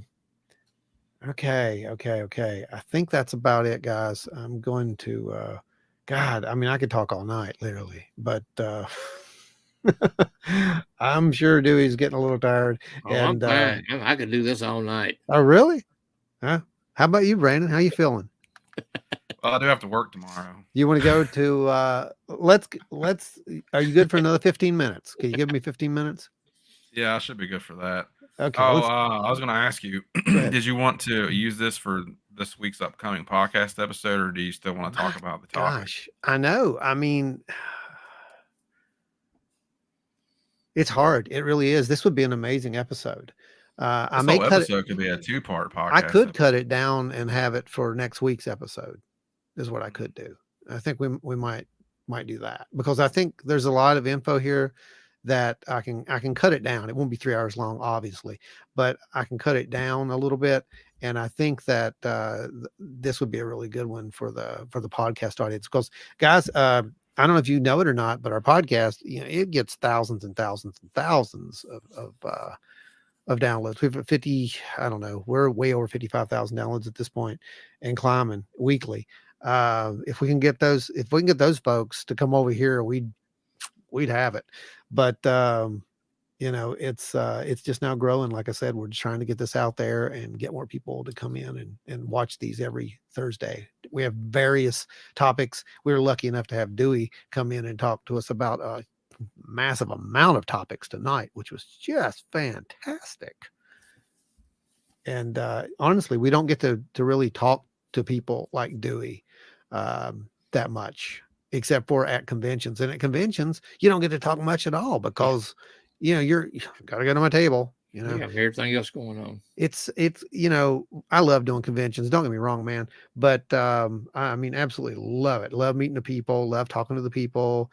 But when you're trying to, you have so many friends who are vendors or presenters, and you just can't even go over and shake their hands. And it's crazy. But that's them's the breaks, as they say. Totally. Oh my God. Thank you so much. Totally just subbed. Awesome channel. Thank you All right. so much.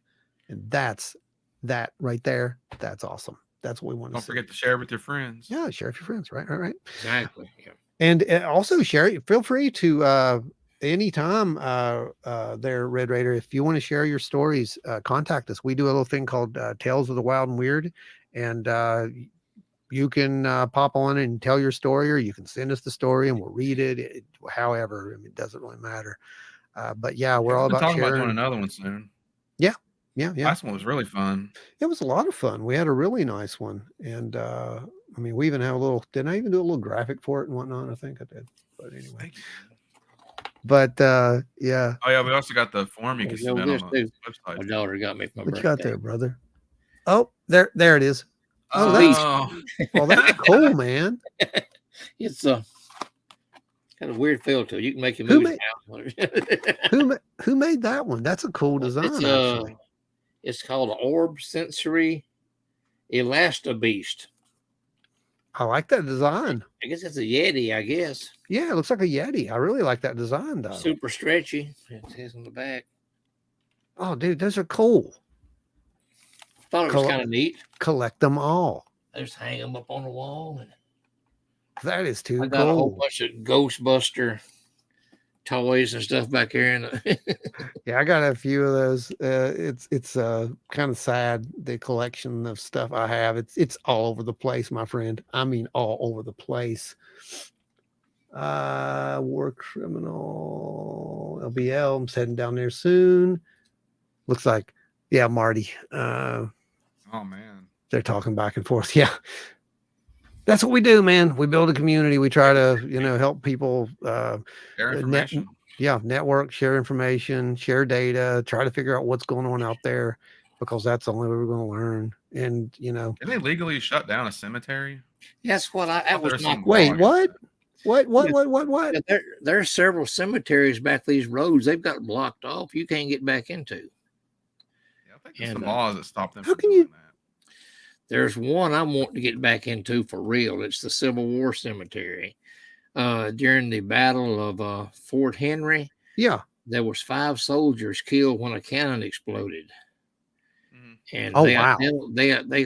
There's 5 graves in there. Of course, they're logging the roads right now. They're logging, clean the mess up.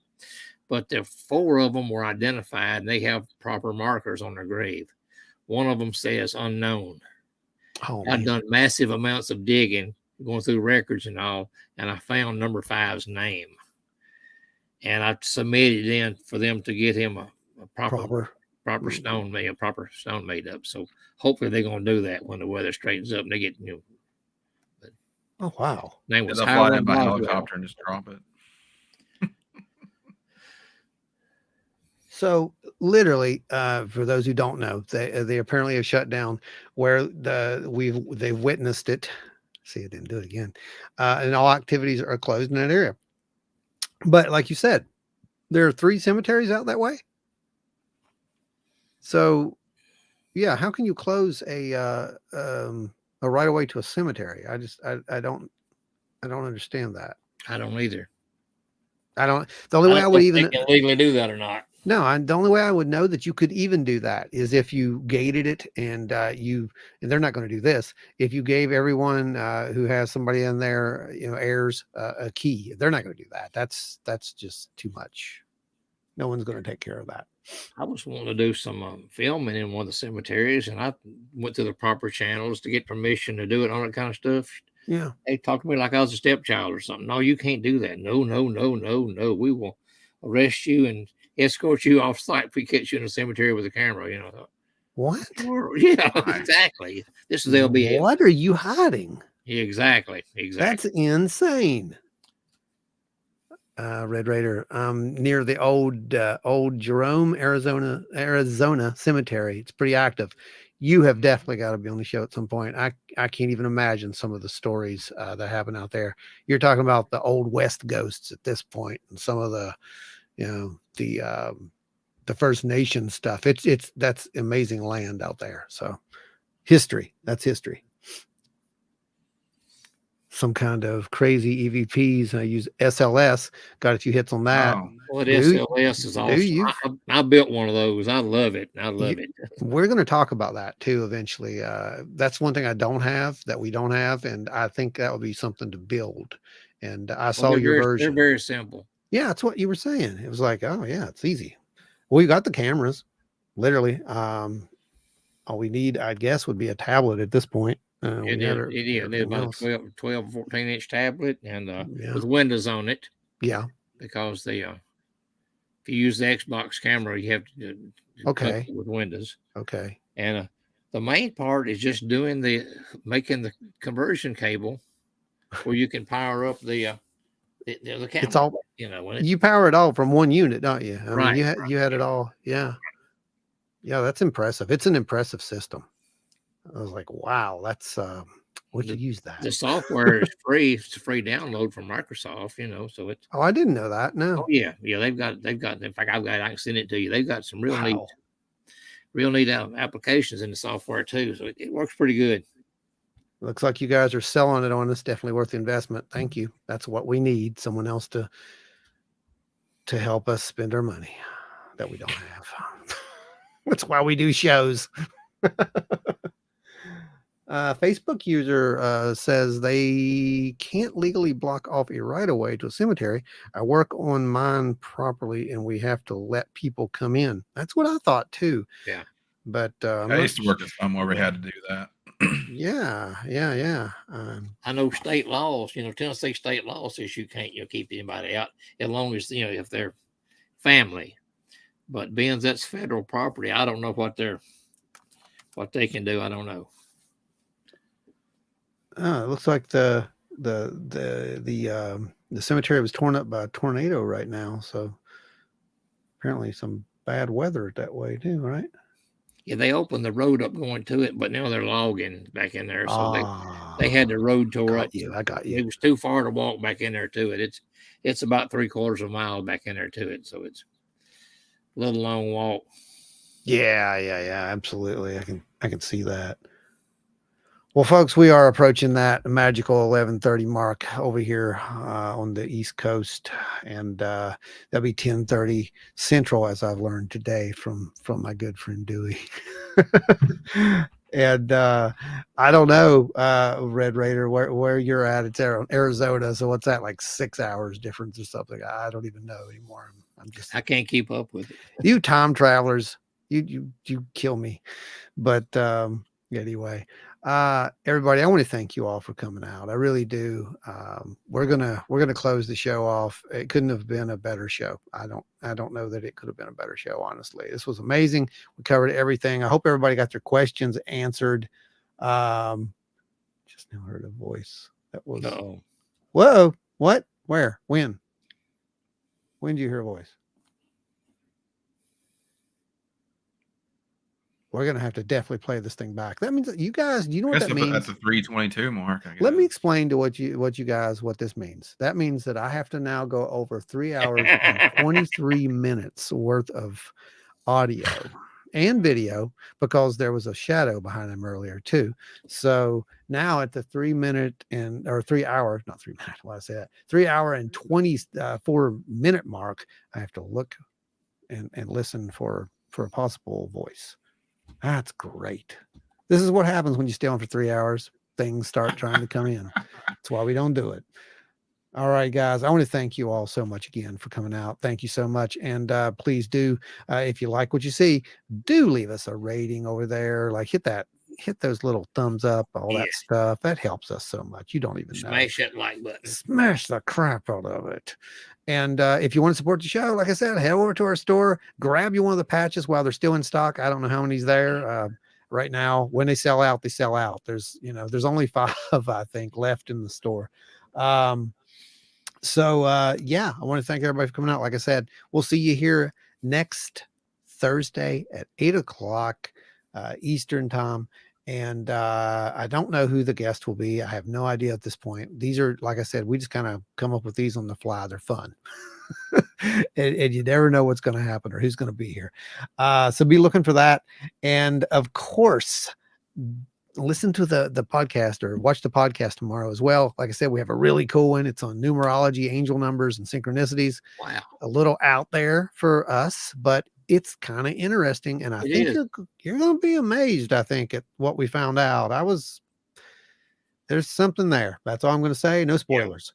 Yeah. And it was a very fun episode to do. And this week, I'm looking so forward to recording the one that you guys will either get to see next week or a week after. And I'm not going to talk about that right now, but it has to do with crystals. And that's as far as I'm going to give you. Everybody else, thanks so much. Again, I can't thank you enough, obviously. I'm trying to find my exit button here and I just can't find it. So I just keep telling you that, but I do really thank you. So it's all for real. Dewey, I'm getting you back. Like I said, I want you back when we talk about anytime when your book comes out, Mantell. We're doing a Mantell show, and I don't know if that'll be a live. It may be an actual podcast. I'm not sure yet, but we definitely want to get you back out here and do it again. So sounds like a winner to me. All right, folks, that's it. There's no words of wisdom tonight. I am exhausted, but in a great way, and I couldn't be happier. Just remember who you gonna call. Who you gonna call? Exactly. That's right, man. Call Dewey. If you got ghosts. But not tonight. Not tonight. Not tonight. If y'all see something tonight, you're on your own. Good night, folks. Thank you. Good night, y'all. I enjoyed it. Bye, everybody.